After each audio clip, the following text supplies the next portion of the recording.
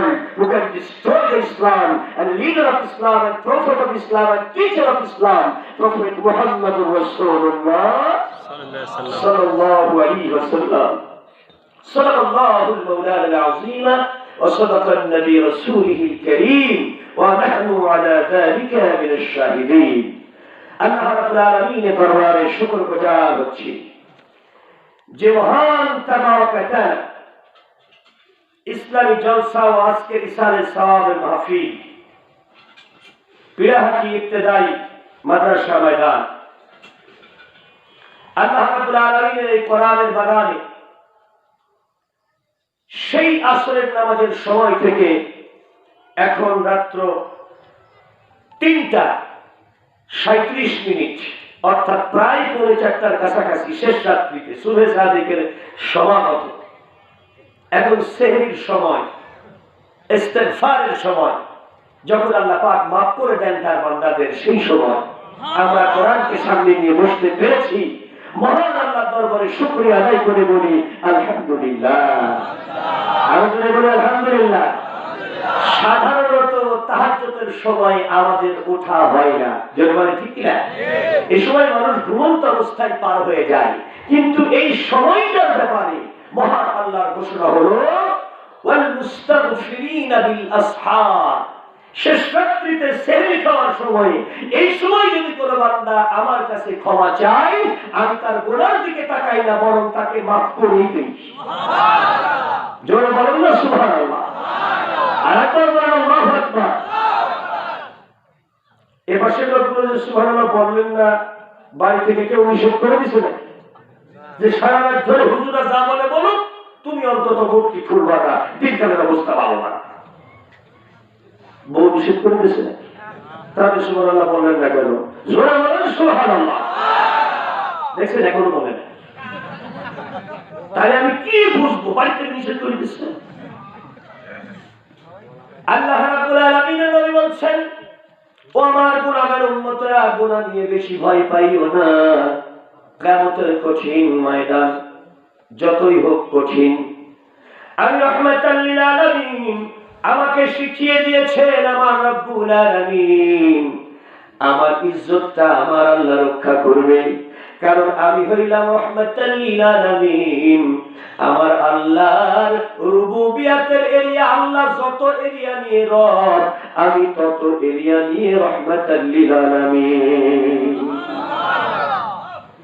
আল্লাহ রাব্বুল আলামিনের নবী বলেন, বুখারী শরীফের শেষ হাদিস কেরাম, وعن أحمد بن يسكار بن محمد بن فضيل عن أمرة بن الكعكع عن أبي زرعة عن أبي هريرة رضي الله تعالى عنه أنه قال كلمتان حبيبتان إلى الرحمن خفيفتان على اللسان ثقيلتان في الميزان سبحان الله بحمده وسبحان الله العظيم رواه البخاري।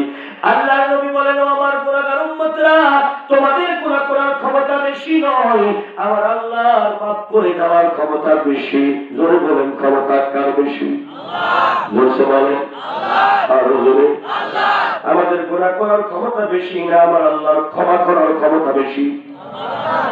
কার ক্ষমতা বেশি? আল্লাহ। নাকি চিন্তা করে বসে আছেন এমন গুনাহ করব যাতে আল্লাহ ক্ষমা করতে না পারে? আপনি যত বড় গুনাহগার হন, আমার আল্লাহ ক্ষমা করে দিতে পারে। নবী হত্যা করার মতো এত বড় অপরাধ আপনি করেন? কয়টা মানুষ খুন করছে? অনেক বড় বড় খুনিরা আল্লাহর ওলি হয়ে গেছে দুনিয়ায়। জোরে বলেন আল্লাহু আকবার। আশা আছে না আমাদের জান্নাতে যাওয়ার? কথা বলেন না কেন? কার কার আছে একটু হাত তুলে দেখান না।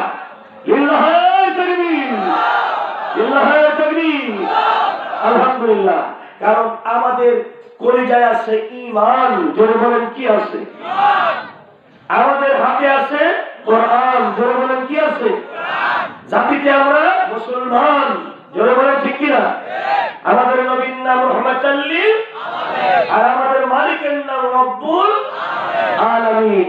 যিনি মালিক, যিনি খালিক, তিনি আমাদের রব, তিনি আমাদের সব। এজন্য ভয়ের কোনো কারণ নাই।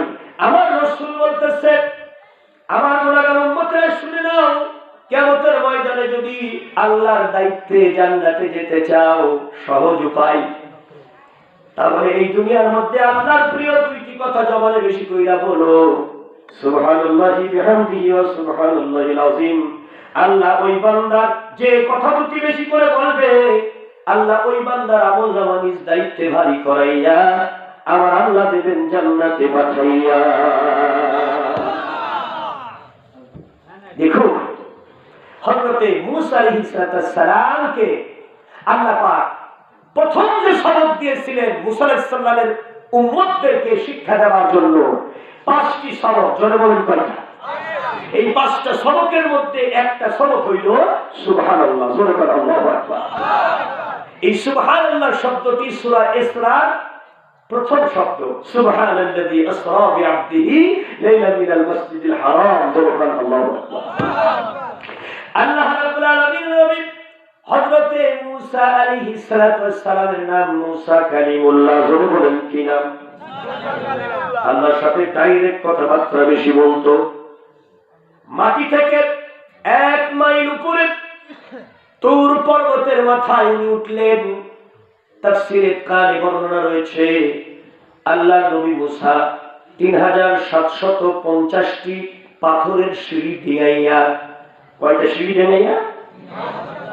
3750টা সিঁড়ি পাড়ি দিয়ে হযরতে মূসা নবী আল্লাহর দরবারে গিয়া বলে, তুর পর্বতে গিয়া বলে, আল্লাহ আমার উম্মতের বাঁচার জন্য, জান্নাত পাওয়ার জন্য কিছু আমল দিয়া দাও, নাজাতের পথ বলে দাও। আল্লাহ রাব্বুল আলামিন বললেন, ও মূসা, তাইলে তোমার উম্মতের জন্য আমি কয়েকটা আমল দিলাম। যদি তোমার উম্মতরা কোনো কাজ শুরু করে, তারা বলবে বিসমিল্লাহির রহমানির রহিম। আল্লাহু আকবার। তারা যদি কোনো কাজ সমাপ্ত করে, তারা বলবে আলহামদুলিল্লাহি রাব্বিল আলামিন। আল্লাহু আকবার। তারা যদি কোনো কাজের আশা করে, তাইলে বলবে ইনশাআল্লাহু রাব্বুল আলামিন। তারা যদি কোনো জিনিস দেখে খুশি হয়, তাইলে বলবে মাশাআল্লাহু রাব্বুল আলামিন। আর তারা যদি কোনো জিনিস দেখে আশ্চর্য হয়ে যায়, সঙ্গে সঙ্গে বলবে সুবহানাল্লাহু রাব্বুল আলামিন। আর একবার বলুন সুবহানাল্লাহ। আর বসে না, জোর সে বলে আল্লাহ, জোর আল্লাহ, জোর হয় নাই আল্লাহ, আর একবার আল্লাহ। সে আল্লাহ এখানে আছে তো? যারা উত্তর দিলেন ওরা চিন্তা করছে না আল্লাহ এখানে করে থাকবে, কথা বলেন না কেন? আল্লাহ আছে তো? আল্লাহ হিসাব নেবে তো? এখানে যারা বসে আছেন তাদের হিসাব হবে তো? বক্তাদের হিসাব হবে, ছোটদের হিসাব হবে নাকি হবে না? আল্লাহ শুনছে না, দেখছে না, বুঝছে না? অবশ্যই বুঝছে। আল্লাহ আমাদের সাথেই আছে, আছে না? وَإِذَا سَأَلَكَ عِبَادِي عَنِّي فَإِنِّي قَرِيبٌ। বান্দা যদি জিজ্ঞেস করে আমি কোথায়, বান্দা বলে দাও আমি আমার বান্দার সব চাইতে কাছে আছি। যেরকম আরেকটু আসতে করো। আল্লাহ বলল সব চাইতে কাছে আছে কিনা? বোর চাইতে, মার চাইতে, ছেলের চাইতে। কিয়ামতের ময়দানে মা বাপ, বউ বাচ্চা, পীর সাহেব, হুজুর কেবলা, আব্বা জান, ছেলে ভাই বন্ধু কেউ কাছে আসবে না। বাঁচাইলেও আল্লাহ বাঁচাবে, মারলেও আল্লাহ মারবে। বলে বলেন ঠিক কিনা? নাকি মিঠা কইলাম? ওই যে গানের মধ্যে এক গ্রুপ বলতেছে কিরামুল কাতিবিন রোজ হাসরের দিন, কিরামুল কাতিবিন রব্বুল আলামিন বিচার যদি করতে আসে, আমি বলবো আমি ছিলাম খাজা বাবার লোক, আমি বলবো আমি ছিলাম লেঙ্কা বাবার লোক। এই বাবার নাম বলি পার হয়ে যাবে? কথা পাই না। ওই যে বলছে কিরামুল কাতিবিন কিয়ামতে ধরতে আসলে আমি বলবো আমি লেঙ্কা বাবার লোক ছিলাম, আর বাবার পর করতে পার হয়ে যাবো। বাবাই সৌদি তুয়া করে পানির নৌকা ডেঙ্গায় ওঠে। ঠিক না ঠিক? আসলে কোনো বাবা দিয়ে কাজ হবে না। কিয়ামতের ময়দানে বাবারা দৌড় দিয়ে পালাবে, পরিচয় দেবে না, মুখ লোকাবে বলে বলেন ঠিক কিনা? কার ঘোষণা? কে বলছে? ইয়াউমা ইয়াফিরুল মারউ মিন আখি, সূরা আবাসা 30 পারা, জোরে বলেন কোন সূরা? কোন পারা? ইয়াউমা ইয়াফিরুল মারউ মিন আখিহি ওয়া উম্মিহি ওয়া আবিহি ওয়া সাহিবাতিহি ওয়া বানিহি লিকুল্লি ইমরিইন মিনহুম ইয়াউমাইযিন শাআনুন ইউগনি। কিয়ামতের কঠিন ময়দানে ইয়াফিরু, দৌড় দিয়া পালাবে, মারউ মিন আখি, আপন ভাই, উম্মিহি নিজের মা, আবিহি সব আব্বারা পালাবে, সাহিবাতিহি বন্ধুরা পালাবে, ওয়া বানি আপন সন্তানও পালিয়ে যাবে, পরিচয় দেবে না। চিৎকার দিয়ে বলেন কোরআনে পাকে ঘোষণা কে করে? কোরআনের মধ্যে কয়টা মিথ্যে কথা আছে? কত কয়টা মিথ্যে কথা কয়টা আছে? তাহলে যালিকাল কিতাবু লা রাইবা ফি, মিথ্যা বলে মানুষের বাচ্চা, মিথ্যা আল্লাহ বলে না, জোরে বলে ঠিক না? আমি সদরঘাট কেন্দ্রীয় মসজিদে জুমার নামাজের দায়িত্ব পালন করি। আজকে 17 বছর ইমামতি করি। কত বছর? খুব অল্প দিন, তাই না? প্রায় 1.5 যুগ ইমামতি করি। তো আমার ঘরের সবকিছুই লাগে, আপনাদের মতো সংসারও আমার আছে। বরিশালের এক হুজুর আসলো আমার কাছে, মধুমিয়া, সে এক মসজিদের নাকি ইমাম সাহেব। বলছে হুজুর, সুন্দরবনের 1 নাম্বার খাঁটি মধু আপনার জন্য নিয়ে এসেছি। ভালো কথা, আপনি যখন এত মহব্বত করে জিনিসটা নিয়ে আসছেন, তো দাম কত? বলছে হুজুর, আপনার কাছে আর কি দাম দেব, 1 কেজি মধু 1500 টাকা দিলেই হবে। আপনার কাছে কি দাম দেবো হুজুর? বুঝতে পারছেন, এটা 1 নাম্বার। কয় নাম্বার? তাহলে আমি তো আর মধু যাচাই করতে জানি না, দেখে দেখে ভালোই মনে হইল, বাড়ি নিয়ে গেলাম, ডাইনিং টেবিলের উপর রেখে দিছি। পরের দিন সকালে দেখি নিচি সব চিনি, আর উপরে সিটি গুড়ের মতো কি জন্য দেখা যাচ্ছে। মোটামুটি আঙুল মারি দেখলাম টক। আচ্ছা, মধু টক হয় কোন কালে? আমি তো জানতাম না। তা আমি মসজিদের সাথে জিজ্ঞেস করলাম, আপনার পরিচিত লোক এই হুজুর, সে বলে একটা মসজিদের ইমাম সাহেব, এই টক মধু মিষ্টি না হয়ে টক হইল মধু, এটা বুঝতে পারলাম না। তো বলছে হুজুর সিটা। কি সিটা? তো কি আগে বললি রে মধু? হুজুর আপনি কেন জিজ্ঞেস করে গেছেন? তাই তো তোর কাছে জিজ্ঞেস করিনি, আমি টুপি আর গাড়ি থেকে বিশ্বাস করেছি না। তাহলে বোঝা যাচ্ছে যে টুপি গাড়ির মধু ভেজাল কথা কয় না। হ্যাঁ, আপনি মুখ দিয়ে বলবেন যে ইমানদার, আসলে একটা পাকা শয়তান হতে পারে। মানে না তো কোরআন, মানে না তো ইসলাম, বোঝে না তো কোরআন, ভেতরে নাই ঈমান, আসলে একটা পাকা বেঈমান। মুখে আছে দাড়ি, মাথায় আছে টুপি, এইগুলো দেখে আমরা বিশ্বাস করি। প্রিয় হাজিরিন, আব্দুল্লাহ ইবনে উবাই নবীর সাথে পয়লা কাতারে বসে নামাজ আদায় করত। মুনাফিকের সরদার ও পাক্কা কাফের। এই দুনিয়ায় মুনাফিকরা সবচাইতে বড় কাফের।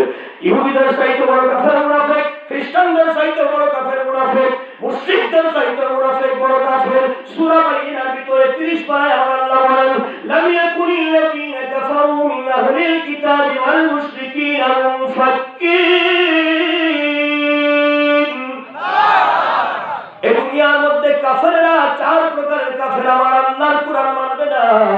1 নাম্বার ইহুদি, 2 নাম্বার খ্রিস্টানেরা আহলে কিতাব, 3 নাম্বার মুশরিক যারা পুতুল পূজারী, 4 নাম্বার মুনফাক্কিন মুনাফিক। মুসলমানের বাচ্চা হওয়ার পর আল্লাহর কোরআন মানে না, নবীর ইসলাম ভালো লাগে না, এই মুনাফিকরা আল্লাহর বিধান মানবে না। আমার আল্লাহ পাক কোরআনে পাকে সূরা বাইনাতে বলেন, রাসূলুম মিনাল্লাহি ইয়াতলু সুহুফান মুতাহহারা ফিহা কুতুবুন কাইয়্যিমা। এই দুনিয়ার মধ্যে নবী যদি জিন্দা হয়ে ওঠে, তারপরে কাফেরদেরকে নিজ জবানে সশরীরে আল্লাহর বিধান করে করে শোনাই, তারপরে ওরা মানবে না। এই 4 প্রকারের কাফের আল্লাহর বিধান মানবে না। আর একবার বলেন নাউযুবিল্লাহ। তাহলে 4 প্রকারের কাফের, ইহুদি কাফের, খ্রিস্টান কাফের, মুশরিক কাফের, মুনাফিক কাফের। মুনাফিক কাফেরের ব্যাপারে আল্লাহর নবী সাহাবারা বলেন, ইয়া রাসূলুল্লাহ, সবচাইতে নিম্ন স্তরের জাহান্নামী কাফের কারা? আল্লাহর নবী চুপ করে থাকলেন। ইহুদিদের নাম বলবে না, খ্রিস্টানদের নাম বলবে না, মুশরিকদের নাম বলবে না, মুনাফিকদের নাম বলবে। আল্লাহর কোরআন নাযিল হয়ে গেল, ইন্নাল মুনাফিকিনা ফিদ দারকিল আসফালি মিনান নার। ও নবী, আমি মহান আল্লাহ বিচারক, আমি বিচার করে বললাম, মুসলমানের সন্তান হওয়ার পরও যারা ইসলাম ভালোবাসে না, কাফের বেঈমানদের পক্ষ অবলম্বন করে, এই মুনাফিকরা জাহান্নামের সবচাইতে নিম্ন স্তরে থাকবে। এরাই হলো সবচাইতে নিকৃষ্ট মুনাফিক। আর একবার বলেন নাউযুবিল্লাহ। এরাই নিকৃষ্ট কাফের। কারণ ইহুদি কাফের চিনা যায়, মুশরিক কাফের চিনা যায়, তারপরে খ্রিস্টান কাফের চিনা যায়, মুনাফিক কাফের চিনা যায় না। জোরে বলেন ঠিক কিনা? পক্ষান্তরে আমার আল্লাহ জানিয়ে দিলেন, নবীজি চতুর্দিকে ইহুদি খ্রিস্টান মুনাফিক মুশরিক কাফের দেখে আপনি আশ্চর্য হবেন না, ভীত বিহ্বল হবেন না। আপনার সঙ্গী একদল চিরকল্যাণকামী, একদল অনিবার্য ঈমান আনবে এবং চিন্তা চেতনায় মনেই মানে মারাত্মক ভাবে তারা একনিষ্ঠ ভাবে ঈমানকে মেনে নেবে। ওদের জীবন চলে যাবে, তবু নবীকে ছাড়বে না, কোরআন ছাড়বে না, ইসলাম ছাড়বে না, আল্লাহর দ্বীন ছাড়বে না। পরিবেশ দুনিয়ায় যাই হোক না কেন, এরকম একটা গ্রুপ হুনাফা ওয়া ইউকিমুস সালাহ ওয়া ইউতুজ যাকাত ওয়া যালিকা দীনুল কাইয়্যিমা, দ্বীন কায়েমের জন্য একনিষ্ঠ একদল মানুষ হবে, যারা নামাজি হবে, যারা যাকাত কায়েম করতে চাবে, নামাজ প্রতিষ্ঠা করতে চাবে, এইভাবে তারা দ্বীন কায়েম করে চলবে। পরিবেশ যাই হোক, জীবন যদি চলেও যায়, আল্লাহর দ্বীন থেকে ওরা দূরে চলে যাবে না। প্রয়োজন হলে রাসূলের জন্য, কোরআনের জন্য, আল্লাহর জন্য, ঈমানের জন্য জীবন দিয়ে দেবে, ঈমান দেবে না। এরকম একনিষ্ঠ মুমিন আপনি পাবেন, ওরা আমার বান্দা। জোরে বলেন সুবহানাল্লাহ।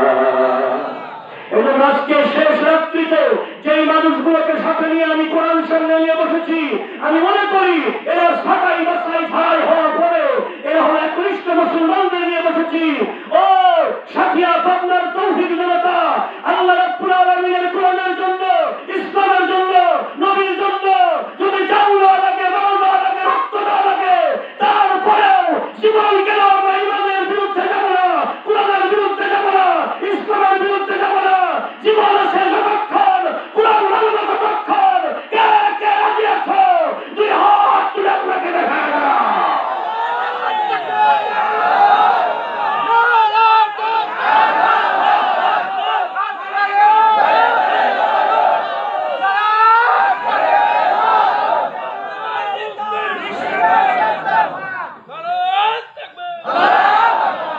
তাকবীর এমন ভাবে দিবেন যাতে অল্প লোকের তাকবীরে আল্লাহর আসমান ভেদ করে আরশে আজিমের ফেরেশতারা খুশি হয়।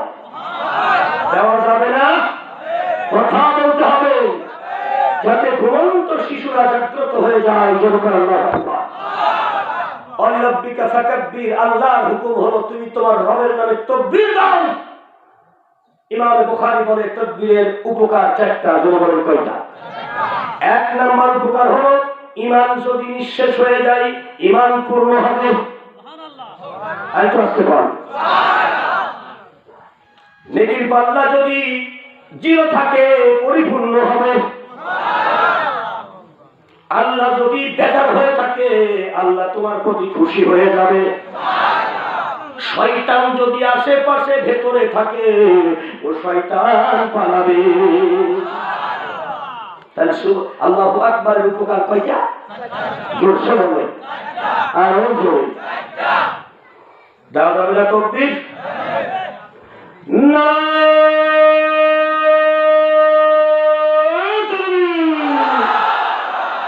নারায়ে তাকবীর, আল্লাহু আকবার। আর কোরআনের আলো সবার দিলে জ্বালো, কোরআন আছে যেখানে, কোরআন নাই যেখানে, নারায়ে তাকবীর। জিকির হবে লা ইলাহা ইল্লাল্লাহ, জোরে লা ইলাহা ইল্লাল্লাহ, লা ইলাহা ইল্লাল্লাহ।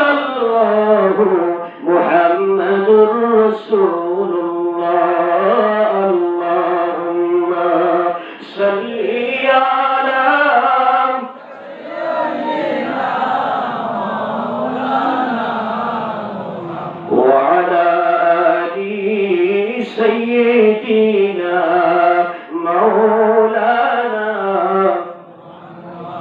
সাল্লাল্লাহু আলাইহি ওয়াসাল্লাম। প্রিয় হাজিরিন, এই মাসেই কোরআনের নবী আমাদের নবী দুনিয়াতে এসেছিলেন। জোরে বলেন ঠিক কিনা? এজন্য এই মাসে নবীর কথা বলতে যাওয়ার জন্য নিয়ত করে আমি গোনাগার সূরাতুল ইয়াসিনের 4টি আয়াত তেলাওয়াত করেছি। জোরে বলেন কয়টা? সূরা ইয়াসিনের ছোট্ট ছোট্ট 4টি কথা তেলাওয়াত করেছি। ইনশাআল্লাহ এটার উপরে কিছু কথা বলার চেষ্টা করব। প্রিয় হাজিরিন, আল্লাহ রাব্বুল আলামিন তার রাসূলকে শিখাইলেন, তার রাসূল হযরত মূসা আলাইহিস সালামকে শিখাইলেন। মনে আছে কিনা? কয়টা আমল? জোরসে বলেন। তার মধ্যে বিসমিল্লাহ, সুবহানাল্লাহ, মাশাআল্লাহ, ইনশাআল্লাহ। জোরে বলেন সুবহানাল্লাহ। জান্নাতে যাইতে হলে এই আমলগুলো লাগবে। জোরে বলেন ঠিক কিনা? এই আমলগুলো লাগবে। মেরাজের রাত্রিতে আল্লাহর নবী সাল্লাল্লাহু আলাইহি ওয়াসাল্লাম জিবরিল আমিনকে বলতেছে ঊর্ধ্ব আকাশে, জিবরিল রে, আমি বুঝি আল্লাহর জান্নাতে পৌঁছে গেছি। জিবরিল আমিন বলেন, ইয়া রাসূলুল্লাহ, ইয়া হাবিবাল্লাহ, জান্নাত তো অনেক দূরের ব্যাপার, এখনো প্রথম আসমানের দরজাতেও আপনি আসতে পারেন না। তাহলে যে আমার নাকের মধ্যে এমন সুন্দর সুগন্ধ, এমন জান্নাতি সুবাস আমার নাক দিয়ে ঢুকলো, আমার অন্তর প্রশান্তিতে ভরে গেল। মক্কা মদিনায় আমার এই জীবনে কোনদিন এত সুন্দর সুগন্ধ শুনি নাই রে জিবরাইল, এত সুন্দর সুগন্ধ শুকি নাই, নাকে লাগে নাই। যেখানে মক্কা মদিনায় এত ভালো ভালো সুগন্ধ পাওয়া যায়, তা পৃথিবীর কোথাও পাওয়া যায় না। জোরে জোরে বলেন ঠিক কিনা? হযরত জিবরিল আমিন কে জিজ্ঞেস করলো, এই সুগন্ধ তাহলে আমি কোথা থেকে পেলাম? জিবরিল আমিন কোনো কথার উত্তর দেয় না যতক্ষণ পর্যন্ত আল্লাহ বলে না দেয়। জোরে বলেন ঠিক কিনা? জিবরিল আমিন কিছুক্ষণের ভিতরে আল্লাহর কাছ থেকে শুনে বলে, রাসূল আমার, ও আল্লাহর হাবিব, এই মুহূর্তে আমরা ফিলিস্তিনের আকাশ পাড়ি দিয়া, মিশরের আকাশ দিয়া প্রথম আসমানের দরজার দিকে যাইতেছি। মিশরের আকাশ দিয়া যখন যাইতেছি, মিশরের একটা কবরে 3 জন শহীদ আছে। একই কবরে 3 জন শহীদ শুয়ে আছে রে। সেই কবরের সঙ্গে জান্নাতুল ফেরদাউসের কানেকশন লাগানো আছে। সেই কানেকশনের ভিতর দিয়ে আপনি যখন বোরাক নিয়ে পার হইতেছেন, সেই কানেকশনের ভিতর দিয়ে যাইতেছেন, ওই সময় আপনার নাকের মধ্যে জান্নাতের সুগন্ধটা ঢুকে গেছে।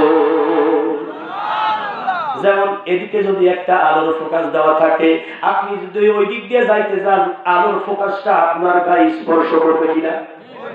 আর পার হইতে গেলে আলোর ফোকাস আপনার গায়ে লাগবে না? একজন যদি পানি ছড়ে, খুব দ্রুত গতিতে পানি ছড়তেছে, আপনি মাঝখান দিয়ে আড়াআড়ি পার হতে গেলে পানি লাগবে না? আলো হোক, পানি হোক, তাপ হোক, যাই হোক, মনে করেন এই দিক দিয়ে খুব দ্রুত গতিতে বাতাস, প্যাডেল স্টাইল ফ্যানের বাতাস ছাড়িতেছে ধান উড়াবার জন্য, এরকম করে কি করে না?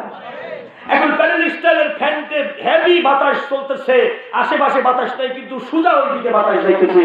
আপনি যদি এই বাতাসের ভেতর দিয়ে আড়াআড়ি পার হইতে যান, আপনার গায়ে বাতাস লাগবে না?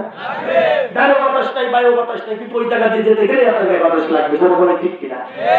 ইয়া নবী আল্লাহ, ইয়া হাবিব আল্লাহ, মিশরের জমিনে একই কবরে 3 জনকে শহীদ করে দিয়া তাদের কবরগুলো সেই জান্নাতুল ফেরদাউসের সঙ্গে কানেকশন দেওয়া আছে। ওই কানেকশনের সাথে আপনি যখন পার হইতেছেন, ওই কানেকশনে যেখানে জান্নাতের পরিবেশ সরাসরি কানেক্ট করা আছে, ওর ভিতর দিয়ে আপনি যাইতেছেন। এই জন্য জান্নাতের সুগন্ধ কিছুটা আপনার নাকে ঢুকে পড়েছে। জোরে জোরে বলেন সুবহানাল্লাহ। জিবরিল আমিন রে, আমি মুহাম্মদুর রাসূলুল্লাহ জীবনে কোনদিন এমন সুগন্ধ শরীরে সুখী নাই, কোনদিন এমন সুগন্ধ আমি আমার অনুভূতিতে আনতে পারি নাই। আল্লাহ রাব্বুল আলামিন বললেন, নবীজি জান্নাতে এমন নিয়ামতগুলো থাকবে যা পৃথিবীর কোনো মানুষ চোখে দেখে না, মানুষ যেটা ভাবতেই পারে না, সেই নিয়ামত আছে জান্নাতে। জিবরিল আমিন রে একটু ক্লিয়ার করে বল, কি কারণে তারা শহীদ হলো, আর কি জন্যই বা এক কবরে তাদেরকে দেওয়া হলো, কি জন্যই বা সেখান থেকে জান্নাতের কানেকশন দেওয়া হলো, কি জন্যই বা সুগন্ধ আসতেছে, আমি নবী একটু জানতে চাই। আল্লাহর হাবিব রাসূল আকরাম সাল্লাল্লাহু আলাইহি ওয়াসাল্লামের মিরাজ পর্ব আলোচনা আল খুলাসাতুত তাফাসির মাআল বায়ান, এই কিতাবের বর্ণনার ভিতরে এসেছে রাসূল আকরাম সাল্লাল্লাহু আলাইহি ওয়াসাল্লামকে বলা হলো ফেরাউনের স্ত্রীর নাম আসিয়া। জোরে বলেন, ফেরাউনের স্ত্রীর নাম কি? এই মহিলা ফেরাউনকে স্বামী মানে কিন্তু খোদা মানে না। জোরে বলেন আল্লাহু আকবার। রবকে ফেরাউনের স্ত্রীর একজন কর্মচারী মহিলা ছিল, খাদেমা, বাড়ির চাকরানী, তার নাম মাসেতা। জোরে বলেন, মহিলাটার নাম কি? এই মহিলা মাসেতা বা মিশিতা বা মাসেতা, তিন রকমেরই বর্ণনা রয়েছে কিতাবের ভিতরে। এই মহিলা সেও মুসা নবীর উপরে কালমা পড়েছিল। এই ব্যক্তি ফেরাউনকে মানত না, যদিও সে ফেরাউনের বেতনভুক্ত চাকরানী, কিন্তু কখনোই সে ফেরাউনের দিন গ্রহণ করে নাই, জীবন দিয়েছে, শহীদ হয়েছে। জোরে জোরে বলেন মারহাবা। প্রিয় হাজিরিন, আল্লাহ রাব্বুল আলামিনের নবী হযরত মুসা কালিমুল্লাহর কাছে ফেরাউনের স্ত্রী আসিয়া এবং মিশিতা এই দুইজন গিয়া বলে, ওগো আমাদের নবী, জান্নাতে যাওয়ার ইচ্ছা আছে আমাদের অন্তরে খুবই, কিছু আমল দেন যে আমলগুলো করলে আল্লাহ জান্নাত জীবনের জন্য নিশ্চিত হয়ে যাবে। বললো তাহলে কোনো কিছু করার আগে বলবা বিসমিল্লাহির রহমানির রহিম, কোনো কিছু শেষ হলে বলবা আলহামদুলিল্লাহি রাব্বিল আলামিন, কোন আশ্চর্য জিনিস দেখলে বলবা সুবহানা রাব্বিল আলামিন, কোন জিনিস নিয়ত করলে বলবা ইনশাআল্লাহু রাব্বুল আলামিন, কোন জিনিস দেখে চিন্তা করলে বলবা, ভাবলে বলবা মাশাআল্লাহু রাব্বুল আলামিন, আর বার বলেন সুবহানাল্লাহ। এই পাঁচটি আমল দিলাম তোমাদের জান্নাতে যাওয়ার জন্য, বলেন সুবহানাল্লাহ। আল্লাহ রাব্বুল আলামিনের দুইজন বান্দী এই আমল শুরু করলো। কোনো কিছু বলতে গেলে বিসমিল্লাহ বলে, কোনো কিছু শেষ হলে আলহামদুলিল্লাহ বলে, কোনো কিছু আশ্চর্য হলে সুবহানাল্লাহ বলে, কোনো কিছু করে আশা করলে বলে ইনশাআল্লাহ, আলহামদুলিল্লাহ। এইভাবে ওরা আমল চালিয়ে যাচ্ছে। ফেরাউন তো লম্পট, বড় শয়তান বাদশা, বলে ঠিক কিনা? এই বেটা কখন কাকে ধর্ষণ করে, কোন নারীকে তার ঠিক নাই। মিশিতা একদিন হাতের মধ্যে খাদ্যের পাত্র রয়েছে, এমন অবস্থায় ফেরাউনের সামনাসামনি পড়ে গেছে। টকবগে তরুণী যুবতী মেয়ে, দুই বাচ্চার মা, চেহারা অত্যন্ত সুন্দর। এই মহিলাটা যখন ফেরাউনের সামনে পড়ে গেছে, ফেরাউনের রূপ দৃষ্টি তার শরীরের দিকে পড়েছে। সঙ্গে সঙ্গে মিশিতা বুঝতে পেরেছে এই বাদশার হাত থেকে মনে হয় আমি আর বাঁচতে পারবো না, এবার বুঝি আমার চরিত্র শেষ হয়ে যাবে। ভয়ে থরথর করে কাঁপতে কাঁপতে হাতের পাত্রটা পাথরের জমিনের উপরে পড়ে গেছে। বড় আওয়াজ হয়েছে, মেঝেতে যখন পড়েছে পাথরের মেঝে, বড় আওয়াজ হয়েছে। এবার ফিরাউন বলে, পাত্রটা উঠাও, তাড়াতাড়ি করো। পাত্রটা যে উঠাইতেছে, মিশিতার মনে হয়ে গেছে এখন আমি যেই কাজটা করতেছি, পাত্রটা উঠাইতেছি, এখন তো আমার আল্লাহর নামটা বলতে হবে। সঙ্গে সঙ্গে তিনি বললেন বিসমিল্লাহির রহমানির রহিম। সবাই বলেন না বিসমিল্লাহির রহমানির রহিম।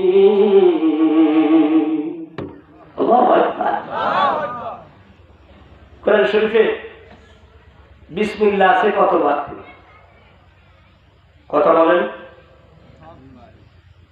কোরআন শরীফে বিসমিল্লাহ আছে কয়বার? যতটা সূরা আছে ততবারই আছে। কোরআন শরীফে সূরা আছে কয়টা? 114 বারই বলা আছে, তবে এক সূরায় নাই আর এক সূরায় দুইবার আছে। জোরে বলুন সুবহানাল্লাহ। যে সূরায় নাই বিসমিল্লাহ, ওই সূরার নাম কি? তাওবা কোন সূরায় দুইবার আছে বলতে পারবেন? সূরা নামলের ভিতরে দুইবার আছে। জোরে বলেন আল্লাহু আকবার। শুরুতেই বলা আছে বিসমিল্লাহির রহমানির রহিম, মাঝখানে বলা আছে ইন্নী উলকিয়া ইলাইয়া কিতাবুন কারীম ইন্নাহু মিন সুলাইমান ওয়া ইন্নাহু বিসমিল্লাহির রহমানির রহিম। আর আপনারা বলেন আল্লাহু আকবার। প্রিয় হাজিরিন, আল্লাহর বান্দী নিশিতা থরথর করে কাঁপতে কাঁপতে পাত্রটা যখন উঠাইতেছে তখন জবানে জোরে সরে বলে বিসমিল্লাহির রহমানির রহিম। আল্লাহু আকবার। এই বিসমিল্লাহ যখন বলেছে সঙ্গে সঙ্গে ফেরাউন বলে নিশিতা তুই বিসমিল্লাহ বলে রহমান রহিম বলে কাকে সম্বোধন করলি একটুখানি আমার কাছে বল। নিশিতা বলে আমার মালিক যিনি, আমার জীবনের মালিক যিনি, আমার হায়াতের মালিক যিনি, আমার রব যিনি, আমার খালিক যিনি, আমার মালিক যিনি, আমার রহমান যিনি, আমার রহিম যিনি, সেই আল্লাহর নামে বিসমিল্লাহির রহমানির রহিম বললাম। আর একবার বলুন মারহাবা। ফেরাউন বলে তোরা কোন স্পর্ধা, আমার খাস, আমার বলিস, আমার বাড়িতে থাকিস, আর তুই মুসা আল্লাহর নাম দিস। মুসা আল্লাহকে বলে যা আল্লাহর প্রতি ঈমান চলে না, আমার প্রতি ঈমান আন। আরেকবার বলেন নাউযুবিল্লাহ। আমি হইলাম বড় খোদা, আমি হইলাম রব, আমি হলাম সব। উনি আল্লাহর সাথে দিয়েছে পাল্লা, এইবারই সাইজ হবে ওর কাল্লা। আপনারা বলেন সুবহানাল্লাহ। কারণ আল্লাহর সাথে যে পাল্লা দেয় আল্লাহ তাকে বেশি সময় রাখে না, সাইজ এক সময় ফট করে দেয়, তখন মানুষ বুঝতেই পারে না সর্বনাশে কি হয়ে গেল। আল্লাহ ধরে ধরে ধরে না, যদি ধরে ছাড়ে না। আল্লাহ ধরা বড় কঠিন। সূরা বুরুজ আল্লাহ বলেন ইন্না বাতশা রাব্বিকা লাশাদীদ। জোরে বলেন আল্লাহু আকবার। আল্লাহ রাব্বুল আলামিনের বান্দা ফেরাউন দেশের মানুষকে ডাকলো, সবাইকে বলল বলো তোমাদের রবকে। সবাইকে বলল বলো তোমাদের রবকে। সবাই মৃত্যুর ভয়ে বলল আপনি আমাদের খোদা, আপনি আমাদের রব। জোরে বলেন নাউযুবিল্লাহ। কিন্তু আসিয়া বলে না না, তুমি আমার স্বামী হইতে পারো, আমার রবের নাম আল্লাহ। আমাদের রবের নাম কি? আল্লাহ। আলহামদুলিল্লাহি রাব্বিল আলামিন। সবাই বলেন না, গুনাহ হবে। আলহামদুলিল্লাহি রাব্বিল আলামিন। আলহামদুলিল্লাহ। নিশিতাকে বলে তোর রবকে। তিনি বলেন আমার রবের নাম আল্লাহ। জোরে বলুন সুবহানাল্লাহ। আল্লাহ রাব্বুল আলামিন মুসাকে পাঠাইলেন, মুসা যাও, ফিরাউন তাগুত হয়েছে, সীমা লঙ্ঘন করতেছে।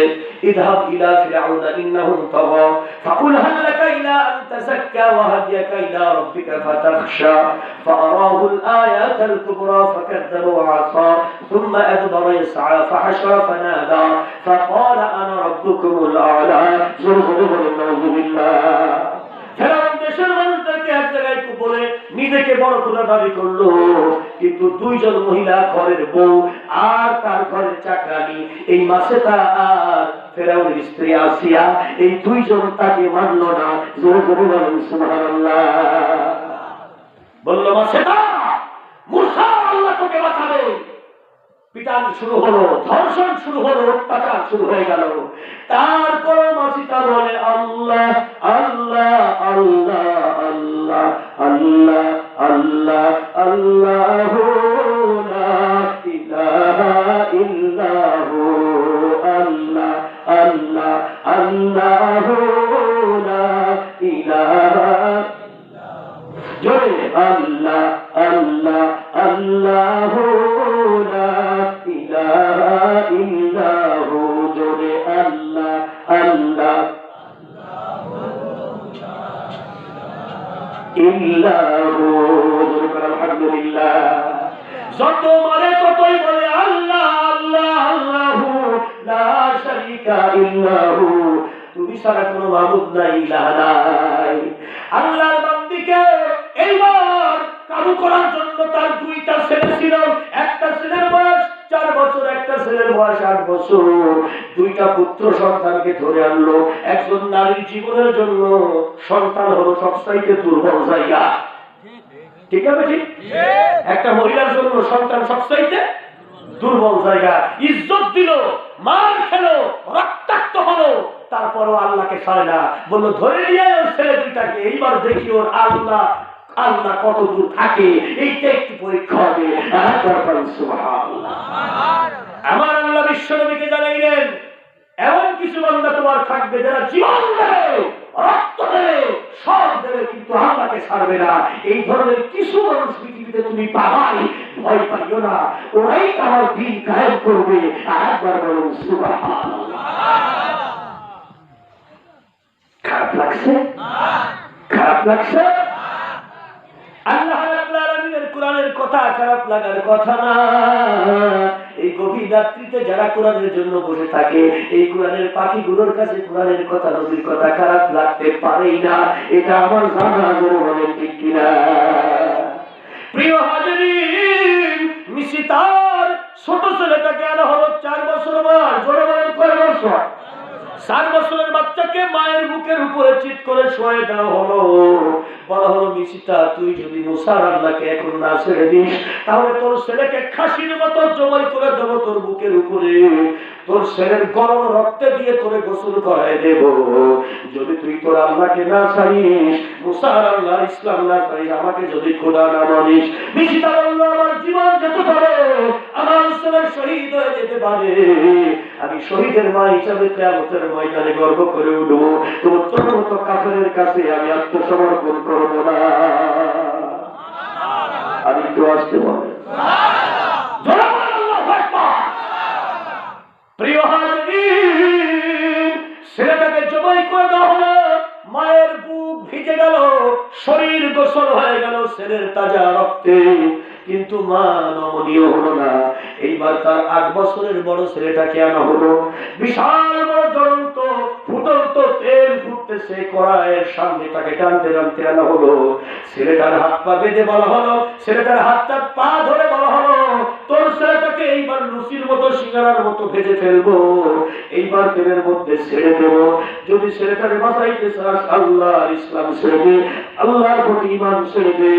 মিশিতা বলে, আমার ছোট ছেলে যদি শহীদ হয়, বড় ছেলেও শহীদ হবে, তো আমি ঈমান ছাড়বো না। আল্লাহর বান্দি, এত মজবুত ঈমানদার।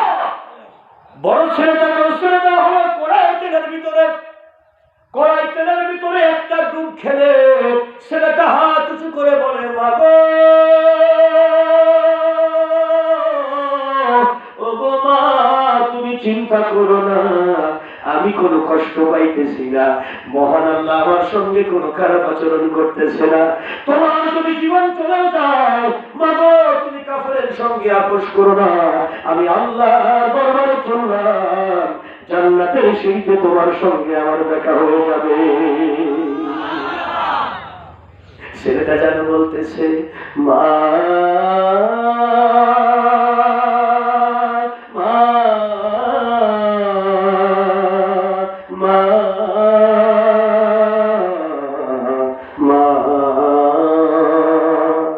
আজ কেন আমায় সোহাগ মাখা ডাক ডাকো না, মায়ারা চল দিয়ে কেন আমায় তুমি জড়াও না, আজ কেন আমায় সোহাগ মাখা ডাক ডাকো না।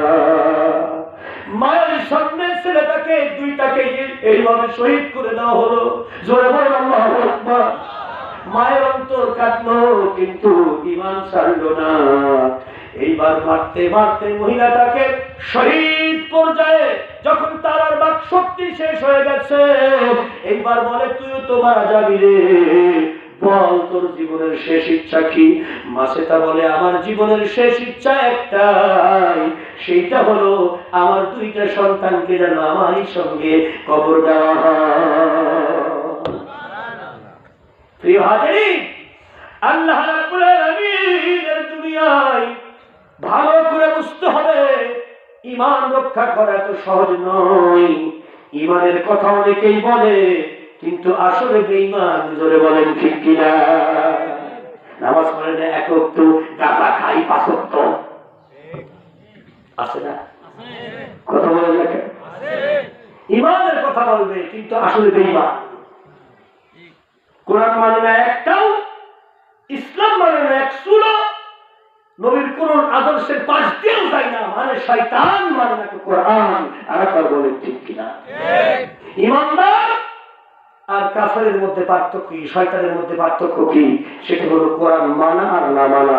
আর একবার বলেন ঠিক কিনা? আমার সঙ্গে সবাই বলেন, ঈমানদার কোরআন ছাড়ে না। সবাই বলেন, ঈমানদার কোরআন ছাড়ে না, কাফের কোরআন মানে না। ঠিক না? ঠিক। কাফের কোরআন মানে না, ঈমানদার কোরআন ছাড়বে না। যতটুকু জানে ততটুকু আমল করবে। জোরে বলো সুবহানাল্লাহ। আল্লাহ রাব্বুল আলামিন নবীকে জিবরিল আমিন শুনিয়ে দিল, নবীজি মাসে তার 2 শহীদ সন্তান একই কবরের ভিতরে। ফেরাউন তার শেষ কথাটা রেখেছিল। মহান আল্লাহ রাব্বুল আলামিনের এই 3 বান্দাকে যখন কবরের মধ্যে রাখা হইবে, মহান আল্লাহ রাব্বুল আলামিন নির্দেশ করলেন, ফাফরশু ফিল জান্নাত ওয়ালবিসু ফিল জান্নাত, জান্নাতের বিছানা কবরের মধ্যে বিছাও রে, জান্নাতের পোশাক ওদের জন্য পরাও রে, জান্নাতুল ফেরদাউস থেকে একটুখানি শুরু করে দাও, যাতে আমার এই 3 বান্দা বান্দি শহীদ মিশরের জমিনে এদের রক্তের বিনিময়ে আল্লাহর দ্বীন কায়েম হয়ে যায়। প্রিয় হাজিরিন, অবশ্যই বাংলার জমিনে যত শহীদের রক্ত পড়েছে, আমার যত রক্ত প্রয়োজন হয় আল্লাহ নেবে। কিন্তু ইমাম মাহদী আলাইহিস সালামের আগমনের সময় প্রায় সমাগত গোটা পৃথিবী 40 বছরে কোরআন দিয়ে শাসন হবে। সেই দিন ইসলাম প্রতিষ্ঠার সময় আস্তে আস্তে এগিয়ে আসতেছে। প্রতিদিন 150 উপরে ভারতীয় বিধর্মীরা মুসলমান হচ্ছে, প্রতিদিন 200 উপরে খ্রিস্টানরা আমেরিকার মুসলমান হচ্ছে। এটা এই মাসের পত্রিকার রিপোর্ট। আর তারপরে আল্লাহু আকবার। এজন্য ভয়ের কোনো কারণ নাই। উনফিকু ফিহা নাফসি ওয়া মালি গাজওয়াতুল হিন্দ, হতে পারে গাজওয়ায়ে হিন্দের সেই বুখারীর বর্ণনা বাংলাদেশ থেকেই শুরু হবে। হতে পারে নবীর উম্মতরা জান মাল দিয়ে এই বাংলার জমিন থেকে আল্লাহর কোরআনের সমাজ কায়েম শুরু করবে। ইমাম মাহদী আসবে, ঈসা আলাইহিস সালাম আসমান থেকে নামবে। হতে পারে দ্বিতীয় বৃহত্তর মুসলমানের দেশ থেকে এই কাজ শুরু হবে। আর একবার বলেন ঠিক কিনা? মাত্র অল্প কয়েকদিন আগে ভোলাতে এক নাস্তিকের বাচ্চা আল্লাহর কোরআনকে গালি দিয়েছে, আল্লাহ রাসূলকে গালি দিয়েছে, আল্লাহর ইসলামকে গালি দিয়েছে। চিৎকার দিয়ে বলেন ঠিক কিনা? 17 কোটি মুসলমানের দেশে কোন কাফের বাচ্চা, কোন নাস্তিক ইসলামকে গালি দিতে পারে, নবীকে গালি দিতে পারে, মুসলমান এটা জীবন থাকতে বরদাস্ত করবে না, করবে না, করবে না। বলেন ঠিক কিনা? এজন্য আজকের এই শেষ রাত্রিতে প্রশাসনের দায়িত্বশীল যদি থাকেন, তাদেরকে আমরা বলতে চাই, ভালো করে নোট করে নিয়ে যান। আপনার তৌহিদটা এই নাস্তিকদের শাস্তি দাবি করতেছে, ওদেরকে ফাঁসিতে লটকাতে হবে। কারণ ওরা মুসলমান হইয়া আল্লাহর কোরআনের সঙ্গে দুশমনি করে, নবীকে গালি দেয়, আল্লাহকে গালি দেয়। এরা হলো নবীর দুশমন, ইসলামের দুশমন। এর ধর্মত্বহীন। একবার বলেন ঠিক কিনা? আরো জোরে বলেন ঠিক কিনা? নাস্তিকদের শাস্তি দাবির পক্ষে কে কে রাজি আছো? 2 হাত তুলে আল্লাহকে দাও, তাকবীর ধরে গিয়া।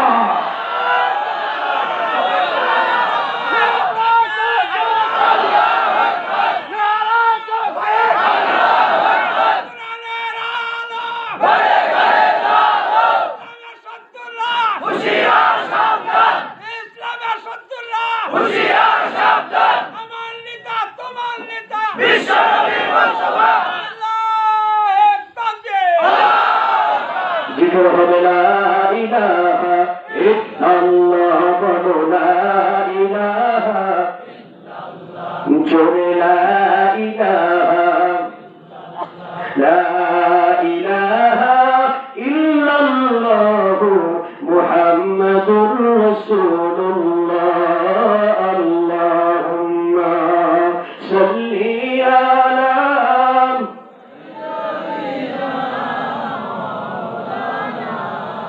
ওয়া আলা আলি সাইয়্যিদিনা মাওলানা।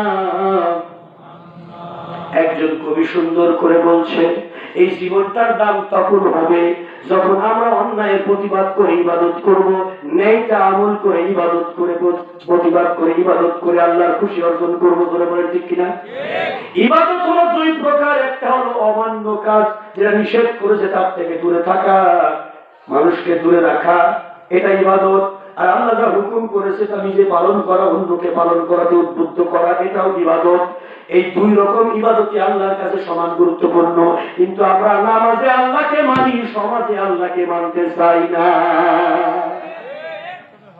এজন্য একজন কবি আফসোস করে বলতেছে, কি হবে বেঁচে থেকে অযথা বিদ্যা শিখে যদি না করতে পারো শোষণবিহীন সমাজটাকে, কি হবে বেঁচে থেকে? কি হবে আলেম হয়ে ইমাম সেজে এই দেশেতে কোরআনের সত্য কথা যদি না কর্ম ফুলিয়ে? কি হবে আলেম হয়ে ইমাম সেজে এই দেশেতে কোরআনের সত্য কথা যদি না কর্ম ফুলিয়ে? চাকরির ভাই করো যদি ছেড়ে দাও ওই নবদি, চাকরির ভাই করো যদি ছেড়ে দাও ওই নবদি, কি হবে ধোঁকা দিয়ে আল্লাহকে? কি হবে বেঁচে থেকে অযথা বিদ্যা শিখে যদি না করতে পারো শোষণবিহীন সমাজটাকে, কি হবে বেঁচে থেকে? বলে বলা ঠিক না?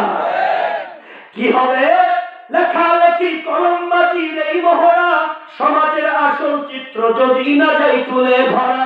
যদি ওই ঘুষের বলে কলমটা উল্টা চলে, যদি ওই টাকার বলে কলমটা উল্টা চলে, কি হবে ধোঁকা দিয়ে বিবেকটাকে? কি হবে বেঁচে থেকে অযথা বিদ্যা শিখে যদি না করতে পারো শোষণবিহীন সমাজটাকে, কি হবে বেঁচে থেকে? ঠিক কিনা? কি হবে পুলিশ হয়ে আর্মি হয়ে এই দেশেতে যদি না রুখতে পারো সীমাহীন দুর্নীতিকে? কি হবে পুলিশ হয়ে আর্মি হয়ে এই দেশেতে যদি না রুখতে পারো সীমাহীন দুর্নীতিকে? চাকরির ভাই করো যদি ছেড়ে দাও ওই নবদি, কি হবে ধোঁকা দিয়ে দেশবাসীকে? কি হবে ধোঁকা দিয়ে সমাজটাকে? কি হবে ধোঁকা দিয়ে আল্লাহকে? কি হবে বেঁচে থেকে অযথা বিদ্যা শিখে যদি না করতে পারো শোষণবিহীন সমাজটাকে? খারাপ লাগলো? দু একজনের খুবই খারাপ লাগতে পারে। কথা বলে না কেন? কোরআনের কথা মানে না, মানে শুধু মুমিন মুসলমান, মানে না তো কাফের শয়তান। ওদের ভালো লাগে না। দেখেন কুত্তার কোন সময় আজান ভালো লাগে না। আজান যখন শুরু হবে কুকুর তখন ডাকা শুরু করে, কি রে ডিস্টার্ব, কুত্তার ডিস্টার্ব হয়। ঠিক না? কোন সময় আপনি দেখবেন না যে কুকুর এমনি ডাকি বেড়াচ্ছে, কিন্তু যেই আজান শুরু হবে ও ডাকা শুরু করবে।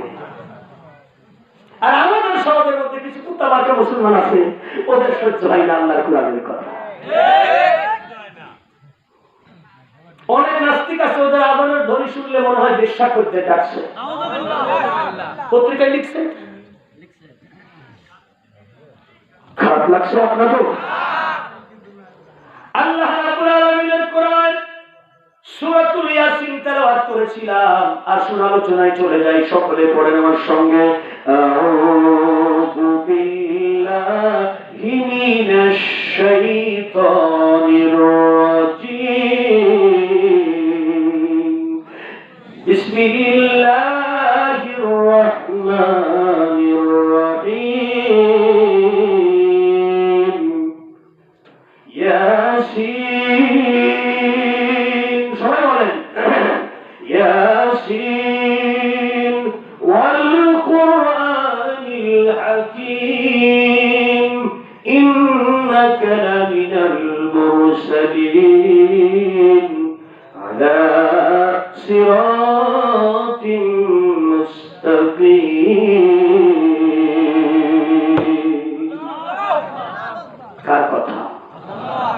করছে বলেন? আরো জোরে, জোর হলো না? সে আল্লাহ এখানে আছে তো? তুই হাত তুলে বলেন আছে? আল্লাহ দেখছে? আলহামদুলিল্লাহ। তাই আল্লাহ দেখতেছে যে আমরা কোরআনের পক্ষে, জোরে বলেন ইনশাআল্লাহ। না কোরআনের বিপক্ষে? কোরআনের পক্ষে তো আলহামদুলিল্লাহ। আল্লাহ রাব্বুল আলামিন ঘোষণা দিচ্ছেন, দুনিয়াবাসী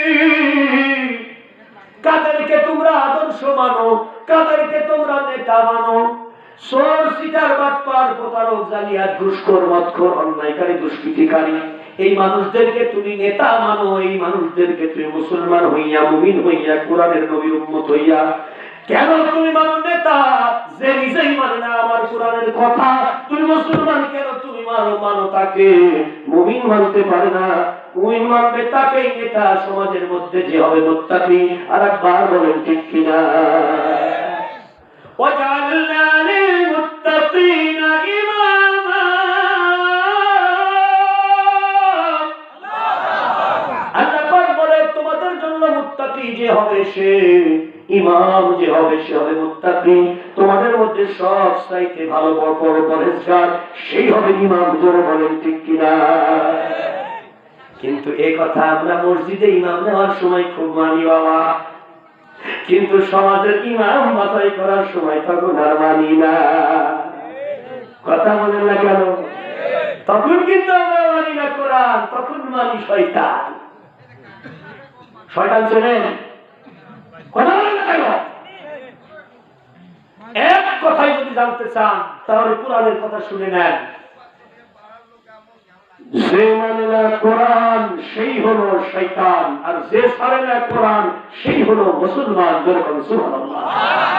আমার সঙ্গে বলেন, যে মানে না কোরআন সেই হলো শয়তান, যে ছাড়ে না কোরআন সেই হলো মুসলমান। কার ঘোষণা? মুসলমান। আরো জোরে। এই ঘোষণাগুলো আপনাকে বুঝতে হবে। আল্লাহ তাই বলে দিল ইয়াসিন।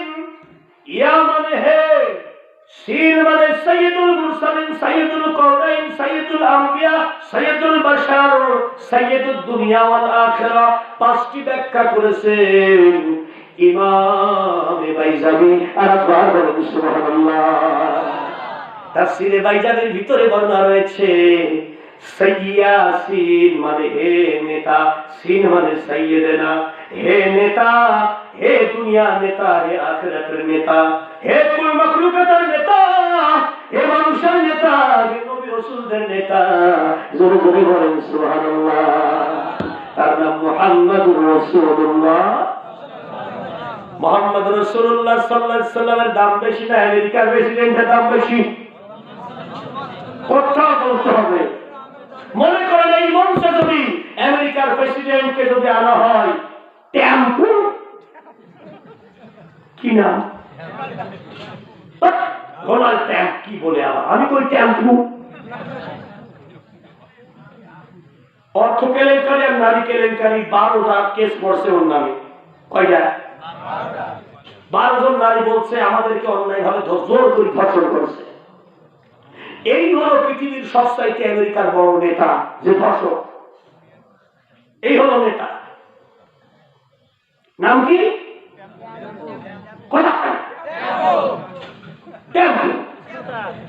যে 3 কিলো যাওয়ার পরে টাকা লিক হয়, এই পরিবহন নাম টেম্পু।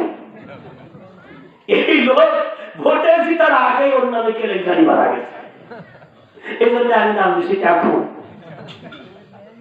প্রিয় হাজিরিন, এই টেম্পুকে যদি এখানে আনা যায়, ওই বেটা যদি চেয়ারে বসে থাকে, আমার নবী বিশ্ব নবীর পায়ের জুতা মদিনার মিউজিয়ামে রাখা আছে, ওই জুতাটা গিয়ে টেবিলের উপরে যদি রাখা যায়, বলেন টেম্পুর দাম বেশি হবে না নবীর জুতার দাম বেশি হবে?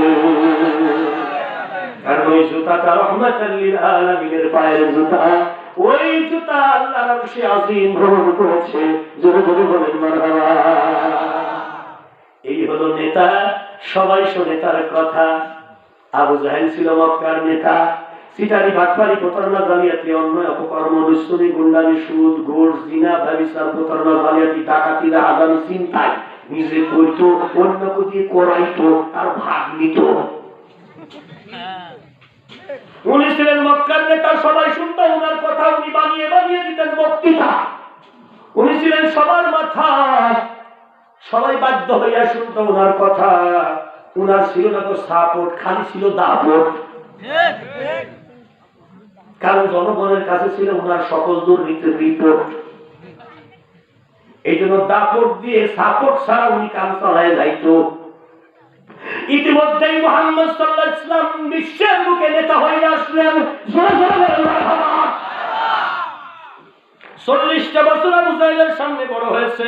570 খ্রিস্টাব্দ 12 রবিউল আউয়াল রোজ সোমবার উক্ত শোবে সাদেক মা আমিনার কোল জুড়ে বিশ্বনবী দুনিয়ায় এসে গেল জীবন্ত কোরআন। জোরে জোরে বলেন মারহাবা। 40টা বছর ধরে আবু জাহেল, আবু সুফিয়ান, উতবা, শাইবা, মুগীরা এই নেতারাই সাপোর্ট দিয়ে বলেছে, আরে আমাদের দেশে এমন সোনার মানুষ আর নাই, এত সুন্দর মানুষ, এত বড় সত্যবাদী আর নাই।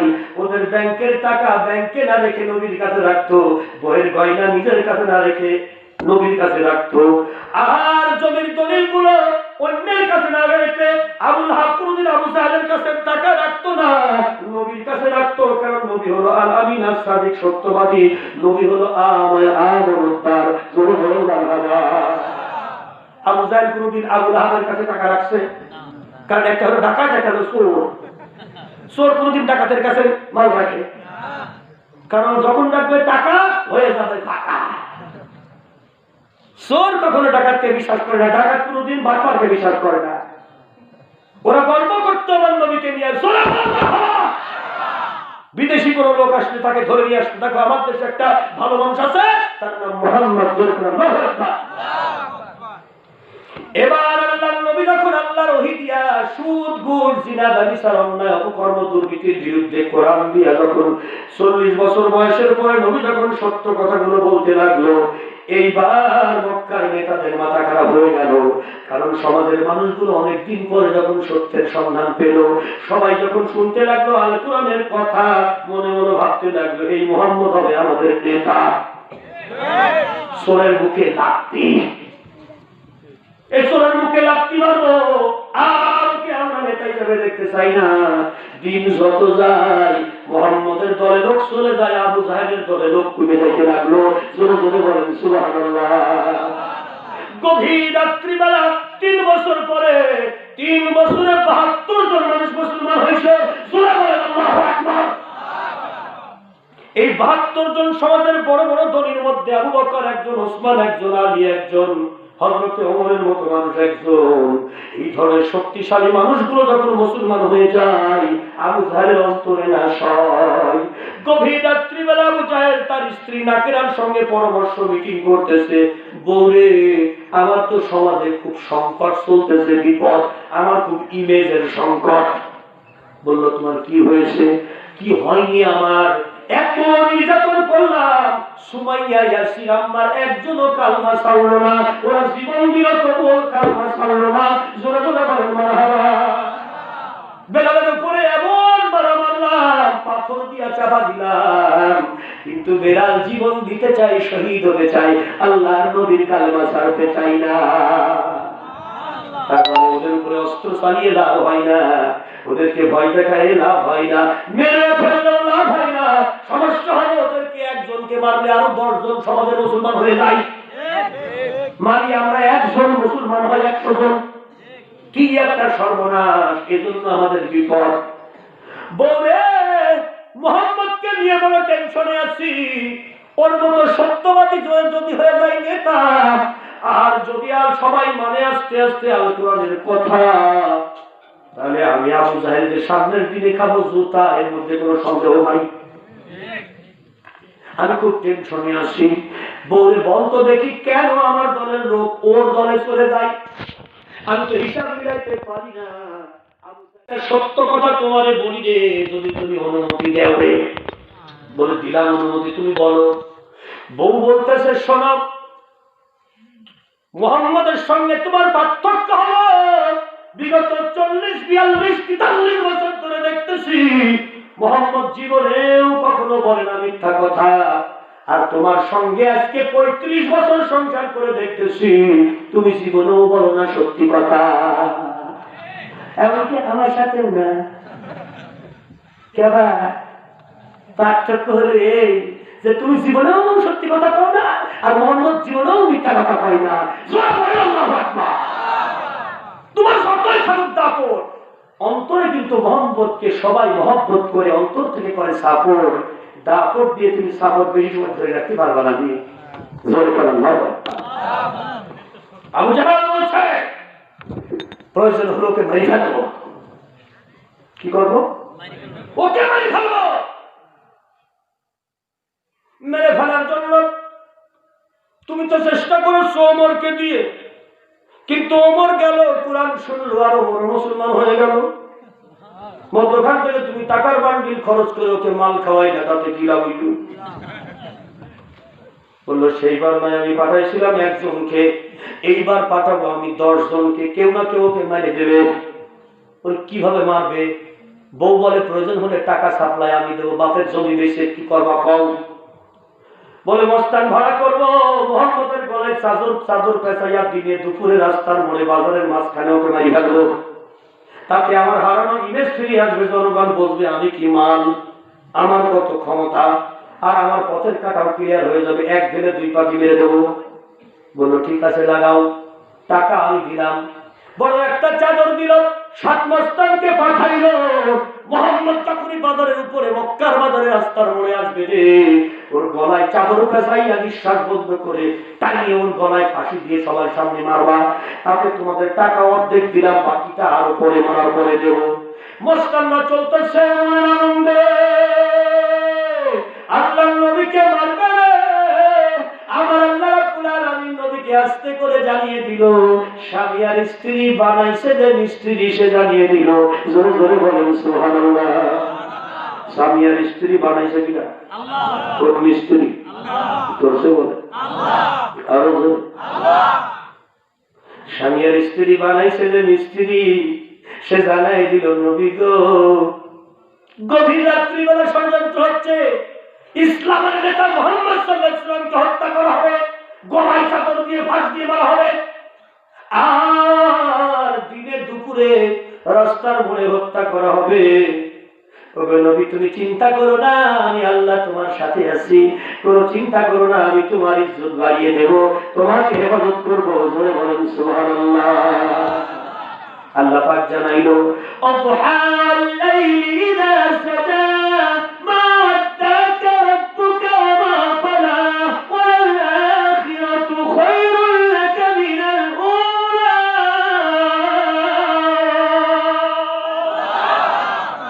ওয়ালা সাওফা ইউতিকা রাব্বুকা ফাতারদা।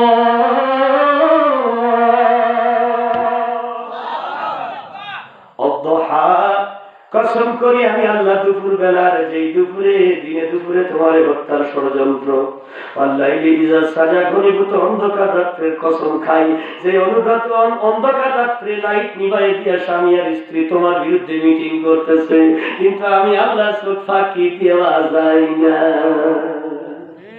যার চোখ ফাঁকি দেওয়া যায় না তার নাম কি? আল্লাহ। সূরা আলে ইমরান প্রথম রুকুতে আমার আল্লাহ বলেন ইন্নাল্লাহা লা ইয়াখফা আলাইহি শাইউন ফিল আরদ ওয়ালা ফিস সামা। ওই আসমানগুলো তাকিয়ে দেখো, ওই আসমানে এমন কোন জায়গা নাই যেখানে আমাকে লুকায় কিছু করা যায়, সাত জমিনের এমন কোন জায়গা নাই যেখানে আমাকে লুকায় কিছু করা যায়। আমি এমন সত্তা, আমি আল্লাহ। সুবহানাল্লাহ। ও নবী বেশি দেরি হবে না, খুব তাড়াতাড়ি আমি তোমাকে খুশি করব। ওরা হত্যা করার ষড়যন্ত্র করুক, মা ওয়াদ্দাকা রাব্বুকা ওয়া মা ক্বালা, তোমার আল্লাহ তোমাকে ছেড়ে চলে যায় নাই, তোমার আল্লাহ তোমার সাথে আছে। ওয়ালা সাওফা ইউতিকা রাব্বুকা ফাতারদা, বেশি দেরি হবে না, খুব তাড়াতাড়ি আমি তোমার মুখে হাসি ফোটাবো। জোরে বলুন সুবহানাল্লাহ। ওরা আল্লাহ ফোটাবে নবীর মুখে হাসি, আর ওরা দিতে চাই চাদর দিয়ে ফাঁসি। যে কিনা আল্লাহ। জোরে বলেন আল্লাহ। এখন ঘটনা ঘটে গেল, 7 মাস টান চলে এসেছে আল্লাহর নবীকে মারার জন্য। চাদর পেঁচাইয়া আল্লাহ রাসূল কেবলই ঘর থেকে বেরিয়ে বাজারের মোড়ে, মক্কার বাজারের মোড়ে কাবা শরীফের কাছাকাছি কেবল আসছে, অমনি আল্লাহর নবীকে পেছন দিক থেকে চাদরে ফাঁস দিয়া ফট করে নবীকে ফাঁস মেরে দিল। সামনে 4 জন, পেছনে 3 জন টান শুরু করেছে। আল্লাহর নবী সামান্য সময়ের জন্য একটুখানি হতভীত হয়ে গেছে, বেহুশ হয়ে গেছে। অমনি জিবরিল আমিন বলে, নবীজি ভয় না, ওদেরকে টানতে দেন। স্বয়ং আল্লাহ রাব্বুল আলামিন কুদরতি হাত দিয়ে এই মুহূর্তে আপনার পবিত্র দেহ হেফাজত করে যাচ্ছে। ওদেরকে টানতে দেন, ওরা টানতে টানতে হয়রান হবে, আর আপনাকে আল্লাহ রহমত দিয়ে খুশি করবে। ওরা টানতেছে, জনমের মতো ওরা টানলো, শরীরের ঘাম বেরিয়ে গেছে সবার। নবীকে এখানে জায়গায় মেরে ফেলবে, সবাই চতুর্দিকে দেখতেছে। ওরে বাবা, আবু জাহেলের মুসলিম বাহিনী মুহাম্মদকে হত্যা করতেছে। কেউ যাস না ভাই, ভাই সংস্কার হুজুর পিন্ডি বুদুর ঘরে পড়ে, আশেপাশে কেউ যাস না, কেউ আগাই না নবীকে সাহায্য করার জন্য। আমার আল্লাহ রাব্বুল আলামিন বলেন, ওয়া কাফা বিল্লাহি শাহিদা, আমি আল্লাহর কথাই যথেষ্ট, কাউকে লাগবে না। আর একবার বলেন সুবহানাল্লাহ। আর ঘোষণা এইবার ওদের মধ্যে একজন বলছে, দেখতো মোহাম্মদ মারা গেল কিনা, এতক্ষণ তো কোনো মানুষ বাইচে থাকতে পারে না, কতক্ষণ ধরে টানছি, মোহাম্মদ বাইচে আছে না মারা গেছে, একটু ভালো করে দেখ। ওদের মধ্যে একজন তাকাই দেখতেছে, আমার নবী হাসতেছে। সুবহানাল্লাহ বলে। তাফসীরে বর্ণনা আছে, নবীর এই মুহূর্তে মুস্কি হাসির কারণ হলো 1 নম্বর কারণ, ওরা যত টানাটানি করে নবীর গলায় তত কাতুকুতু লাগে। কাতুকুতু দিলে মানুষ কাঁদে না, হাসে, কথা কয় না।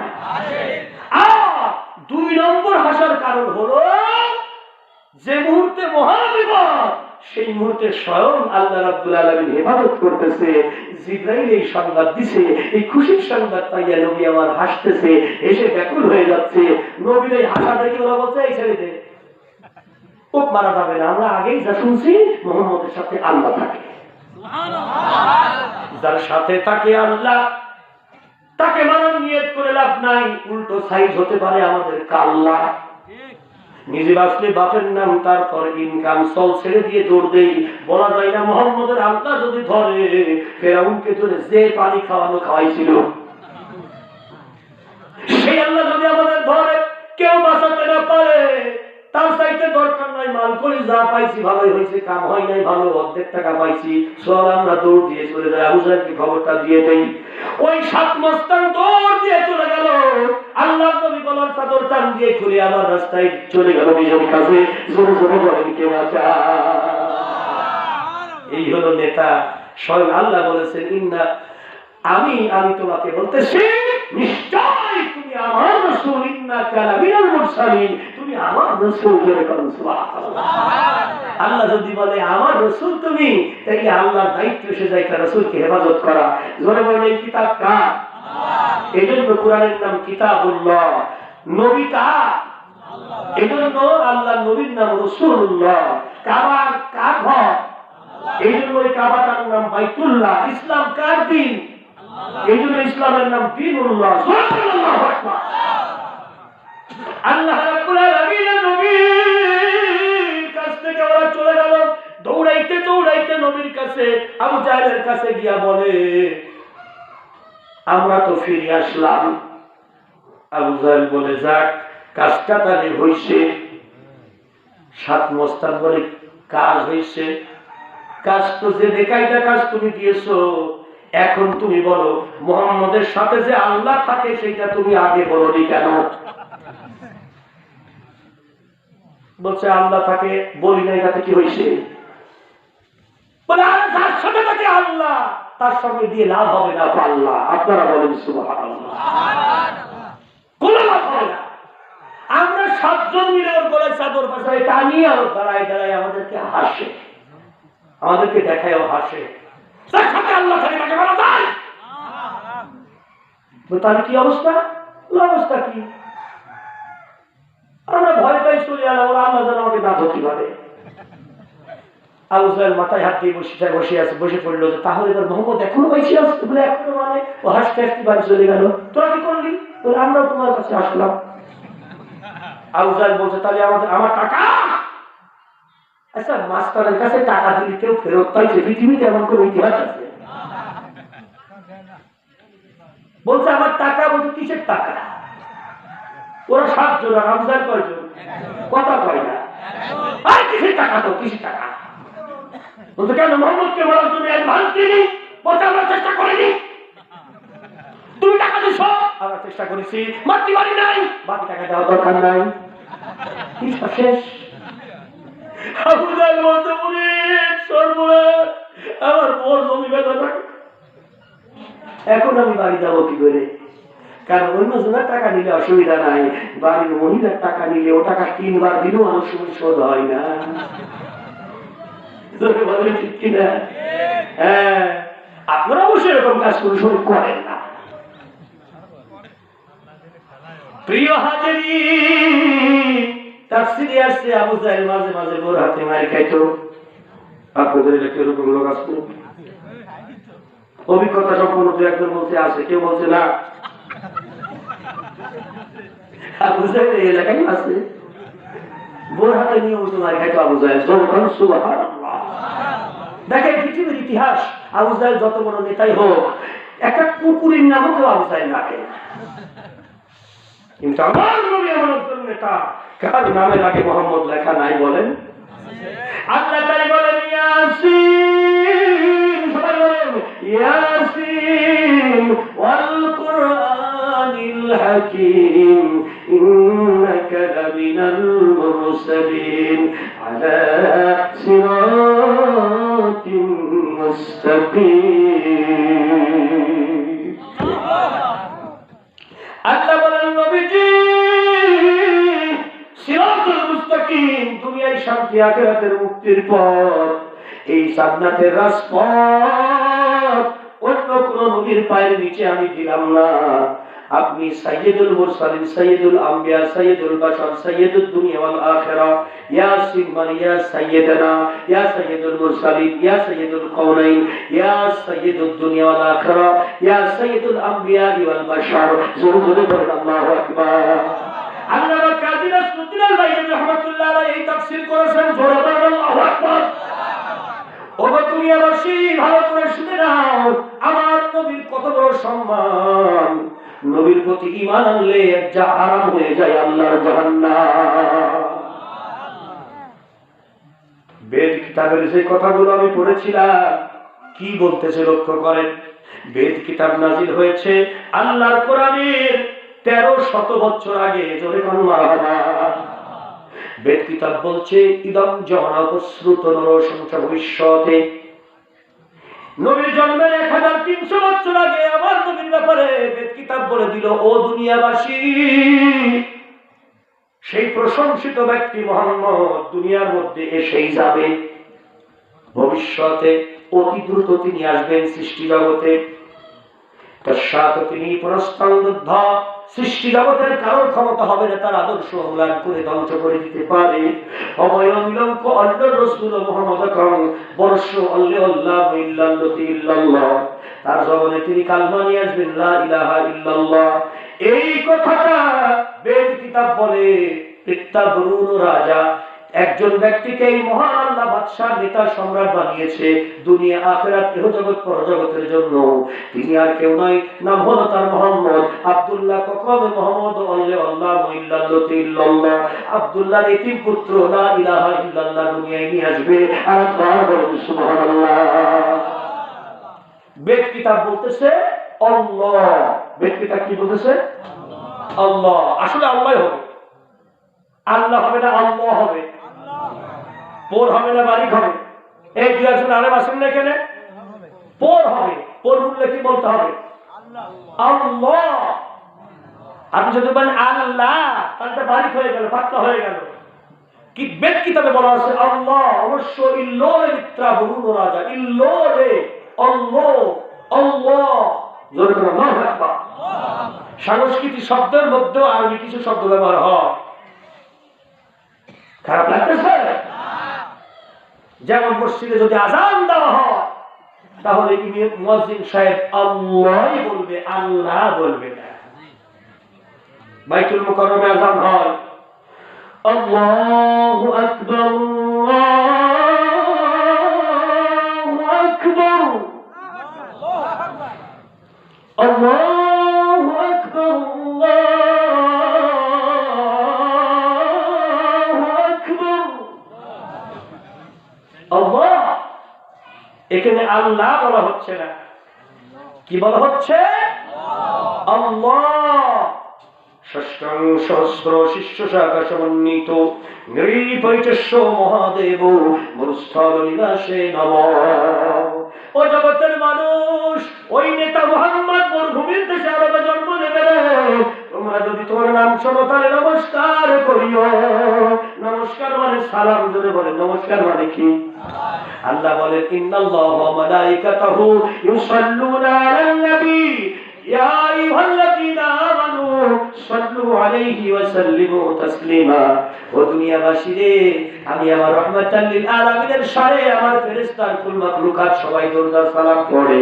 তোমরা যদি আমার নবীর নাম শোনো, নবীর নামে দরুদ আর সালাম পড়িও। আর তার বলেন ঘোষণাটা কার? তাহলে বেদ কিতাব যা বললো, আল্লাহর কোরআনও তাই বললো। এজন্য মহান আল্লাহ রাব্বুল আলামিন নবীকে বলেছেন নেতা। বেদ কিতাব বলছে মহাদেব তিনি সবচাইতে বড় শ্রদ্ধাভাজন ব্যক্তি, কারণ তিনি সমস্ত অন্যায় দূর করবেন, এইটাকে তিনি প্রতিষ্ঠা করবে। এজন্যই তিনি হলেন নেতা।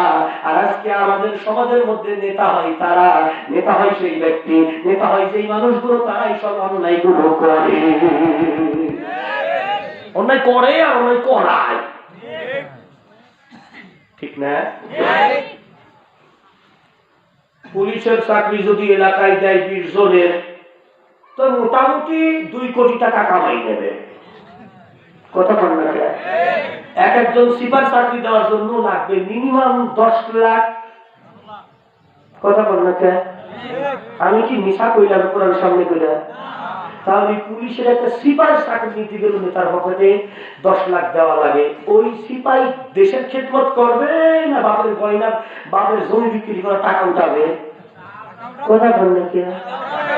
এই জন্য রাস্তায় একটা ভুটভুটি গাড়ি করলে এই তারা 20 টাকা দিয়ে যায়। কথা কই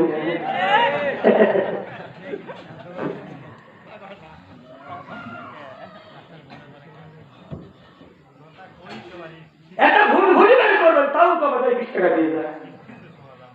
ঠিক না ঠিক? হ্যাঁ। আজকে আমাদের দেশের, আমাদের সমাজের মধ্যে সুশিক্ষিত মানে বিসিএস ক্যাডার চোর ডাকাত বেশি হয়ে গেছে।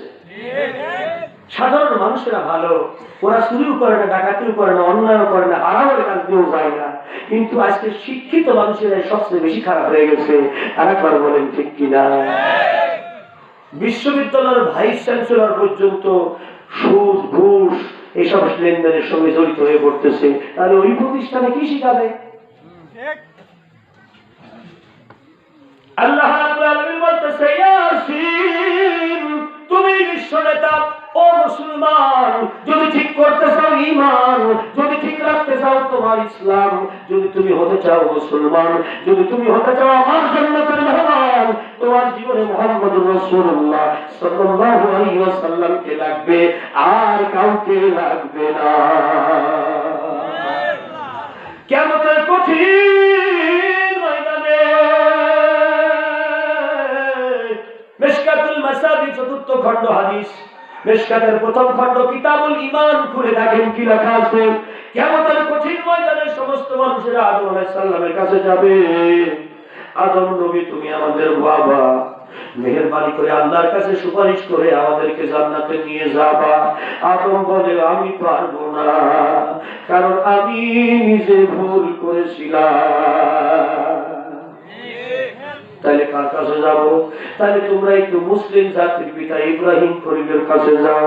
দৌড় দিয়া জনগণ যারা ইব্রাহিম খলিলুল্লাহ, তোমার কথা কোরআনে বলেছে আমার আল্লাহ তোমার জন্য আগুন জান্নাত বানাইলো। আমার আল্লাহ বলেন সুবহানাল্লাহ। দুনিয়ায় থাকতে আমার আল্লাহ তোমারে জান্নাতের জামা দিল। ওগো ইব্রাহিম খলিলুল্লাহ, একটুখানি ভারী করে দেওয়ার ব্যবস্থা করো মিজানের পাল্লা। তোমাকে তো ভালোবাসি আল্লাহ। ইব্রাহিম বলে আমি পারবো না, কারণ আমারও সমস্যা আছে। কথা বললে কে? একটুখানি সমস্যা আমার আছে, আমি সমস্যাটা কি বলবো নাকি বলবো না? ইব্রাহিম আলাইহিস সালামের স্ত্রী হলো দুইটা। জোরে বলেন কয়টা? প্রথম স্ত্রীর নাম সারা, দ্বিতীয় স্ত্রীর নাম হাজেরা। ঠিক না বেঠিক? সারা কিন্তু একটা রাজকন্যা, হাজেরাও রাজকন্যা। জোরে বলেন সুবহানাল্লাহ। ইতিহাস বলতেছে হযরত ইব্রাহিম আলাইহিস সালামের বয়স যখন 16 বছর। জোরে বলেন কত বছর? নমরুদের সামনে গেল ইব্রাহিম আলাইহিস সালাম, নমরুদকে খোদা মানলো না।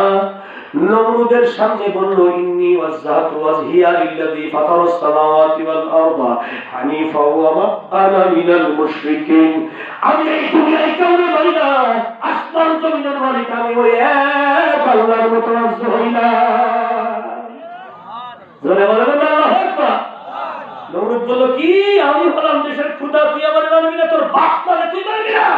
হাদিকুহু ওয়ানসিরু আলিহাতুকুম, ওকে আগুনের মধ্যে ফেলায় ছাই বানাও আর তোমাদের ভগবানকে সহযোগিতা করো। জোরকার নাউজুবিল্লাহ। কারণ ভগবান আমি হাত দিয়ে বলেছি, আমি আমার নির্দেশে তৈরি হয়েছে, ভগবানের খুশি করো। আর ওই ইব্রাহিম আল্লাহর কথা বলে, তাকে পুরাই ছাই বানায় ফেলো।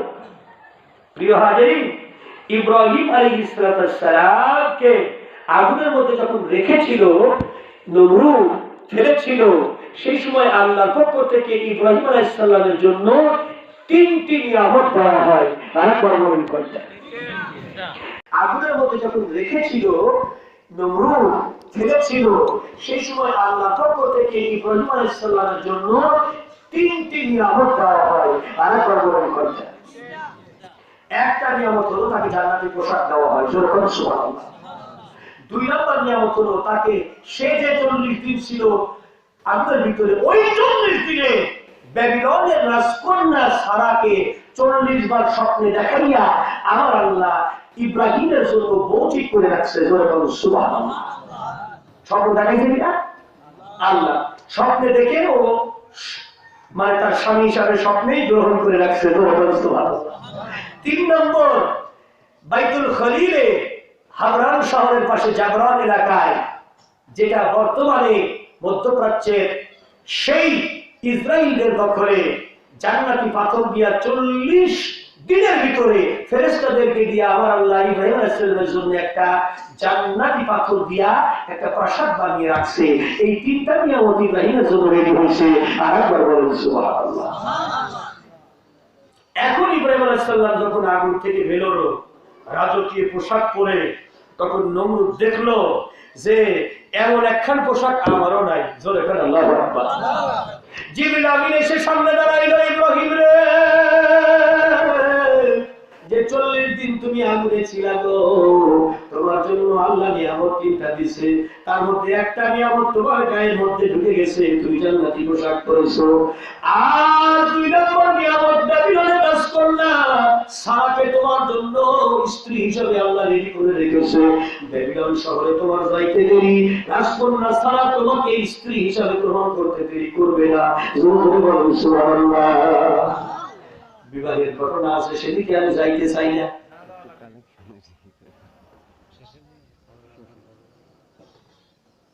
খারাপ লাগতেছে? আল্লাহ রাব্বুল আলামিন তার হাবিবের বংশ ইব্রাহিমের বংশ বানিয়ে দিয়েছে। সুবহানাল্লাহ। রাজকন্যা সারা বিবাহের জন্য তিনি গেলেন, দেখলেন ওই দিনে রাজকন্যা সারা স্বামী গ্রহণ করতেছে। হাজার হাজার রাজ পরিবারের লোক পৃথিবীর বিভিন্ন দেশ থেকে এসেছে, কিন্তু সবাই লাইনে দাঁড়িয়েছে। ইব্রাহিম আলাইহিস সালাম তো ধুলামলিন শরীর, মাথার চুল উস্কো খুস্কো, গায়ে একখান জামা, পায়ে কোনো স্যান্ডেলও নাই। আল্লাহর বান্দা লাইনে দাঁড়াইছে। এক বেটা ইব্রাহিম আলাইহিস সালামের গুতা দিয়ে ফেলাই দেয়, বেটা সব পায়ে নাই স্যান্ডেল, রাজকন্যারে বিয়ে করতে এসে। ইব্রাহিম আলাইহিস সালাম ধুলোর মধ্যে এক গোড়া খেয়ে উঠছে। পিতা কয় আল্লাহ, আল্লাহ কয় তোমার এই জায়গা দাঁড়ানোর দরকার নাই, তুমি আমার খলিলুল্লাহ, ওই মরা খেজুর গাছের গুড়ায় দাঁড়াও, বাকি খেলা আমি খেলবো। বিয়ে ঠিক করছি আমি, বিয়ে দিয়েও দেবো আমি। সুবহানাল্লাহ বলে। উনি দাঁড়াইলেন, রাজকন্যা ছাড়া আসলেন, সব যুবকদেরকে এক এক করে দেখলেন, দেখে বাতিল করে দিলেন, বলে এই সমস্ত মাল চলবে না। বান্ধবীরা বললো এত বড় বড় লোকের কোটিপতির ছেলেরা তোমার বিয়ে করতে আসছে, একজনও তুমি স্বামী গ্রহণ করলে না, তাইলে ব্যাবিলনের আইনে আজকের দিনে স্বামী গ্রহণ না করলে আর কোনোদিন স্বামী গ্রহণ করতে পারবে না। বললো শোনো, আমার স্বামী কি হবে আল্লাহ বলে দিয়েছে, 40 বার দেখেছি তাকে আমি স্বপ্নের মধ্যে, আমার স্বামীর নাম ইব্রাহিম খলিলুল্লাহ, 40 বার স্বপ্নে দেখাইছে আমার আল্লাহ, তাকে হাত পেলেই আমি তার গলায় মালা পরায় বলবো বিসমিল্লাহ। কোনোভাবেই তোমরা আবল তাবল যে কোনো লোকের হাতে আমার বিয়ে দিবে, আমি সেই বিয়ে করবো না। ইব্রাহিম আলাইহিস সালাম খেজুর গাছের গোড়ায় দাঁড়াইয়া এমন সময় রাজকন্যা বলে, আল্লাহ তুমি কেন আমার যৌবন উতালা করলা, কেন ইব্রাহিমের স্বপ্নে দেখাইলা, আমার দেখা যদি তার নাই করাইবা, তাহলে তুমি আমাকে এই কষ্ট কেন দিলা?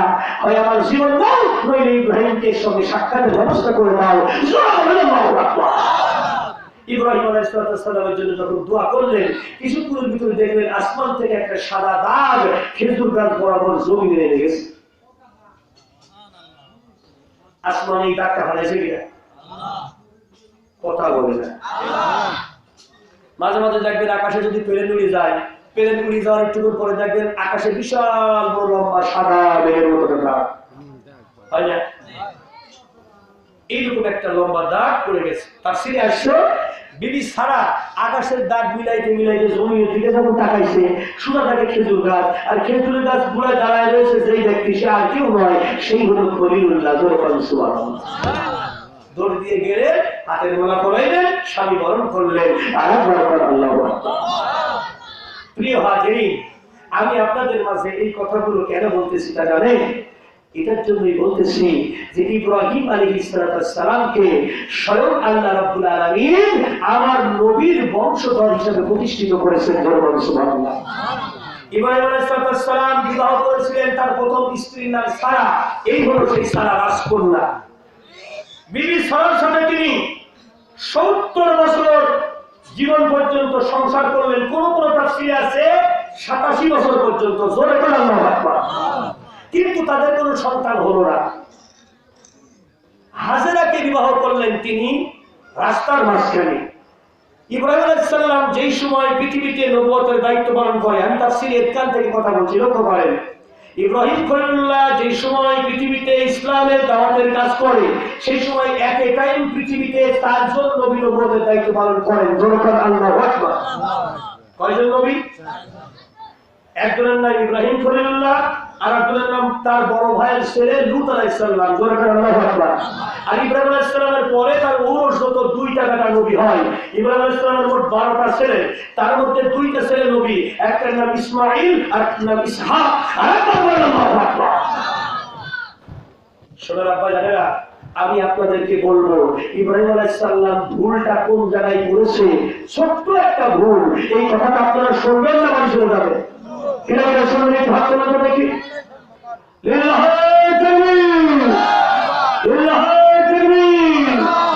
আলহামদুলিল্লাহ। দ্বিতীয় স্ত্রী তিনি বরণ করলেন কোথায়, আর ভুলটা করলেন কোথায়? সেই ভুলের জন্য তিনি কিয়ামতের ময়দানে শাফায়াত দিতে পারবেন না।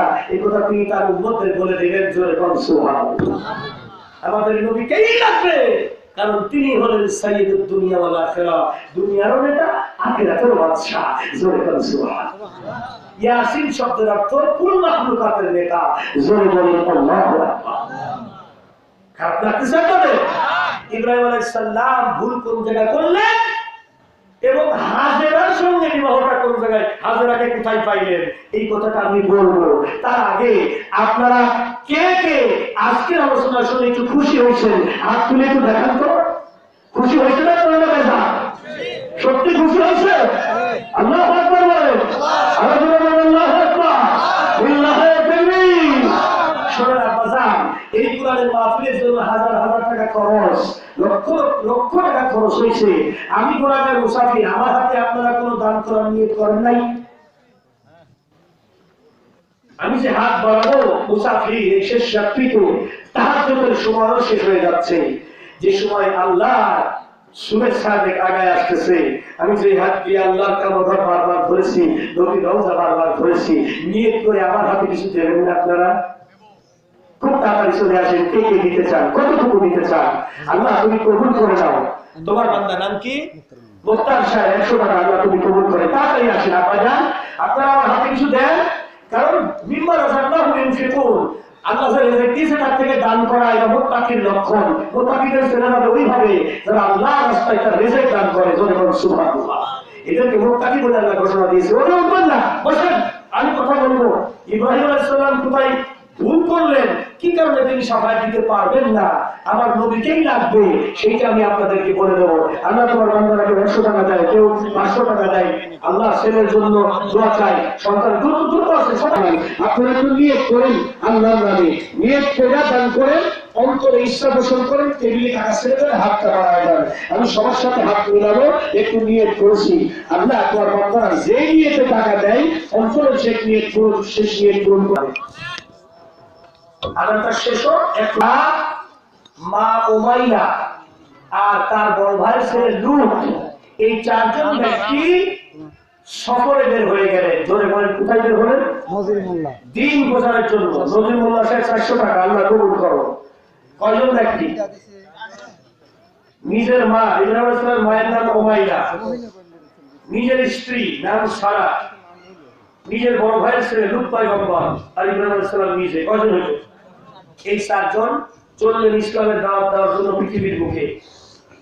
হযরতে লূত আলাইহিস সালামকে পাঠাইলেন সিরিয়ার দিকে, আর ইব্রাহিম আলাইহিস সালাম রওনা দিলেন মিশরের দিকে। দুইজন দুই দিকে পাঠাইলেন। নিজের মাকে পাঠাইলেন ভাতিজার সাথে, তুমি যাও ওর সাথে দিনের খেদমতে, আর নিজের স্ত্রীকে সহ মিশর ধইয়া কাবা শরীফে আসবেন, মক্কায় আসবেন। জনগণ সুবহানাল্লাহ। কিন্তু মিশরের তদানীন্তন বাদশা ছিল সান ইবনে আলওয়ান। জনগণের লোকটার নাম কি? এই লোকটা ছিল মিশরের ফেরাউন বংশের একজন বাদশা। ফেরাউনদের বহু বংশ আছে, কয়েক হাজার বছর ধরে ফেরাউনরা তার সিংহাসন চালাইছে। ছোট ফেরাউন, বড় ছিল ফেরাউন, মাঝি ফেরাউন, এরকম ফেরাউন ছিল। এক ফেরাউনের নাম সান ইবনে আলওয়ান। মুসা আলাইহিস সালামের সময় যে ফেরাউন ছিল তার নাম ছিল রামসাস। রামসাস 2, 1 না, রামসাস 2, 2 নাম্বার। এখন আরেকজন দান করছে 100 টাকা আল্লাহ কবুল করো। জোরে বলেন আমি। খুব খেয়াল করেন, কথাটা বলে দিই। হযরত ইব্রাহিম আলাইহিস সালাম এবং বিবি সারা দুইজন মিশরের দিকে রওনা দিলেন। সেই সময় সান ইবনে আলওয়ান তার রাজত্বের টোটাল এরিয়া এমন ভাবে পাহারা বসাইছে, তার রাজত্বের এলাকার ভিতর দিয়ে কোন সুন্দরী নারী যদি যাইতো, তার স্বামীকে মেরে ফেলে নারীটাকে হরণ করে নিয়ে যাইত। এইবার রাজকন্যা সারা, যে ইব্রাহিম আলাইহিস সালামের প্রথম স্ত্রী, সে ছিল অপরূপা সুন্দরী। দুইজন স্ত্রী সুন্দরী। জোরে বলুন সুবহানাল্লাহ। আবার ইব্রাহিম আলাইহিস সালামের বাবা যে আজর, সেও কিন্তু ধর্মমন্ত্রী ছিল, সেও রাজ পরিবারের একজন ছিল। এই সারা কিন্তু বাইকা বাই ইব্রাহিম আলাইহিস সালামের বোন হইত, মানে দূর সম্পর্কীয় স্বাস্থ্য বোন। আরেকবার বলেন আল্লাহু আকবার। ইব্রাহিম আলাইহিস সালাম সারাকে বললেন, এই সার ইবনে আলওয়ানের লোকজন এই কাফের, যদি কোনো স্বামী স্ত্রী পায় তাহলে স্বামীকে মেরে ফেলে স্ত্রীকে নিয়ে নেয়, কিন্তু ভাইয়ের কাছ থেকে বোন চিন্তাই করে না, ছেলের কাছ থেকে মা চিন্তাই করে না। ওদের আবার একটা নিয়ম ছিল, ছেলের কাছ থেকে মাকে চিন্তাই করে না, ভাইয়ের কাছ থেকে বোনকে চিন্তাই করে না। স্বামী স্ত্রী সম্পর্ক হলে, ভাই ভাবির সম্পর্ক হলে চিন্তাই করে নিবে। ইব্রাহিম আলাইহিস সালাম বললেন, মিথ্যা নয়, তবুও ভাষার জন্য তোমাকে আমি এই কথাটা বলি, আমি আর তুমি স্বামী স্ত্রী, এই কথা জিজ্ঞাসাবাদে তুমি বললো না, বরং জিজ্ঞেস করলে তুমি বলবা, আমিও বলবো যে তুমি আমার বোন, আর তুমি বলবা আমি তোমার ভাই। এই কথাটুকু শিখে দিয়েছিলেন ইব্রাহিম আলাইহিস সালাম শুধুমাত্র রাজকন্যা সারার ইজ্জত বাঁচানোর জন্য। এটা মিথ্যা নয়, স্বামী স্ত্রী সম্পর্ক যেমন সত্য, তারা যে ভাই বোন এটাও সম্পর্ক সত্য, দূর সম্পর্কীয় স্বাস্থ্য ভাই বোন আত্মীয়। আর সুবহানাল্লাহ। এই সামান্য ভুলটুকুর কারণে ইব্রাহিম আলাইহিস সালাম কিয়ামতের ময়দানে লজ্জা পেয়ে মুমিনদেরকে সহায়তা করতে লজ্জা পাবেন। আল্লাহ যদি ধরে, এখন হাজেরাটা কেমনে হইল? সাহাবায়ে আলোয়ান তো নারী হরণকারী, লুচ্চা। আপনাদের এলাকায় কি করে? লম্পট। আপনাদের এলাকায় কি করে? চরিত্রহীন লম্পট। এখন ইব্রাহিম আলাইহিস সালামকে জেলখানায় এক ঘরে মধ্যে আটকাইছে, আর বিবি হাজেরাকে রাস্তার সাথে নিয়ে গেছে, জিজ্ঞাসাবাদ চলতেছে। যখনই বলছে যে সে আমার স্বামী, আর কোথায় যাবা, সঙ্গে সঙ্গে বলল ওকে রেডি করো, আমি ধর্ষণ করবো। ইব্রাহিম আলাইহিস সালামের প্রথম স্ত্রী সারাকে ধর্ষণ করার জন্য যখন হাত বাড়াইল সার ইবনে আলওয়ান, তখন আল্লাহর পক্ষ থেকে দোয়া করলেন, রাজকন্যা সারা নবীর স্ত্রীর গায়ে হাত দিচ্ছে, এই জন্যই আল্লাহর পক্ষ থেকে একটা গজব আসলো। কি গজব? সার ইবনে আলওয়ান নিথর হয়ে গেল, অর্থাৎ তার শরীর প্যারালাইজ হয়ে গেল। জোরে কার আল্লাহু আকবার। এইবার অথর্ব হয়ে গেল। তখন ইব্রাহিম আলাইহিস সালামের স্ত্রী রাজকন্যা সারা দোয়া করলেন, আল্লাহ, আমার কারণে যদি এই বাদশার ক্ষতি হয় তাহলে ওরা আমাদের মেরে ফেলবে, আল্লাহ তুমি আমাকে সুস্থ করে দাও। এই দোয়ার বরকতে সে আবার সুস্থ হইল। এবার আবার হাত বাড়াইল, এবার আল্লাহর পক্ষ থেকে আবার শাস্তি আসলো, হাতটা অথর্ব হয়ে গেল। এবার আবার রাজকন্যা সারা দোয়া করলো, ইব্রাহিম আলাইহিস সালামের স্ত্রী দোয়া করলো, আবার সে সুস্থ হইল। এইভাবে তিনবার দোয়া হইল, তিনবার সুস্থ হইল, তিনবারই হাত বাড়াইল।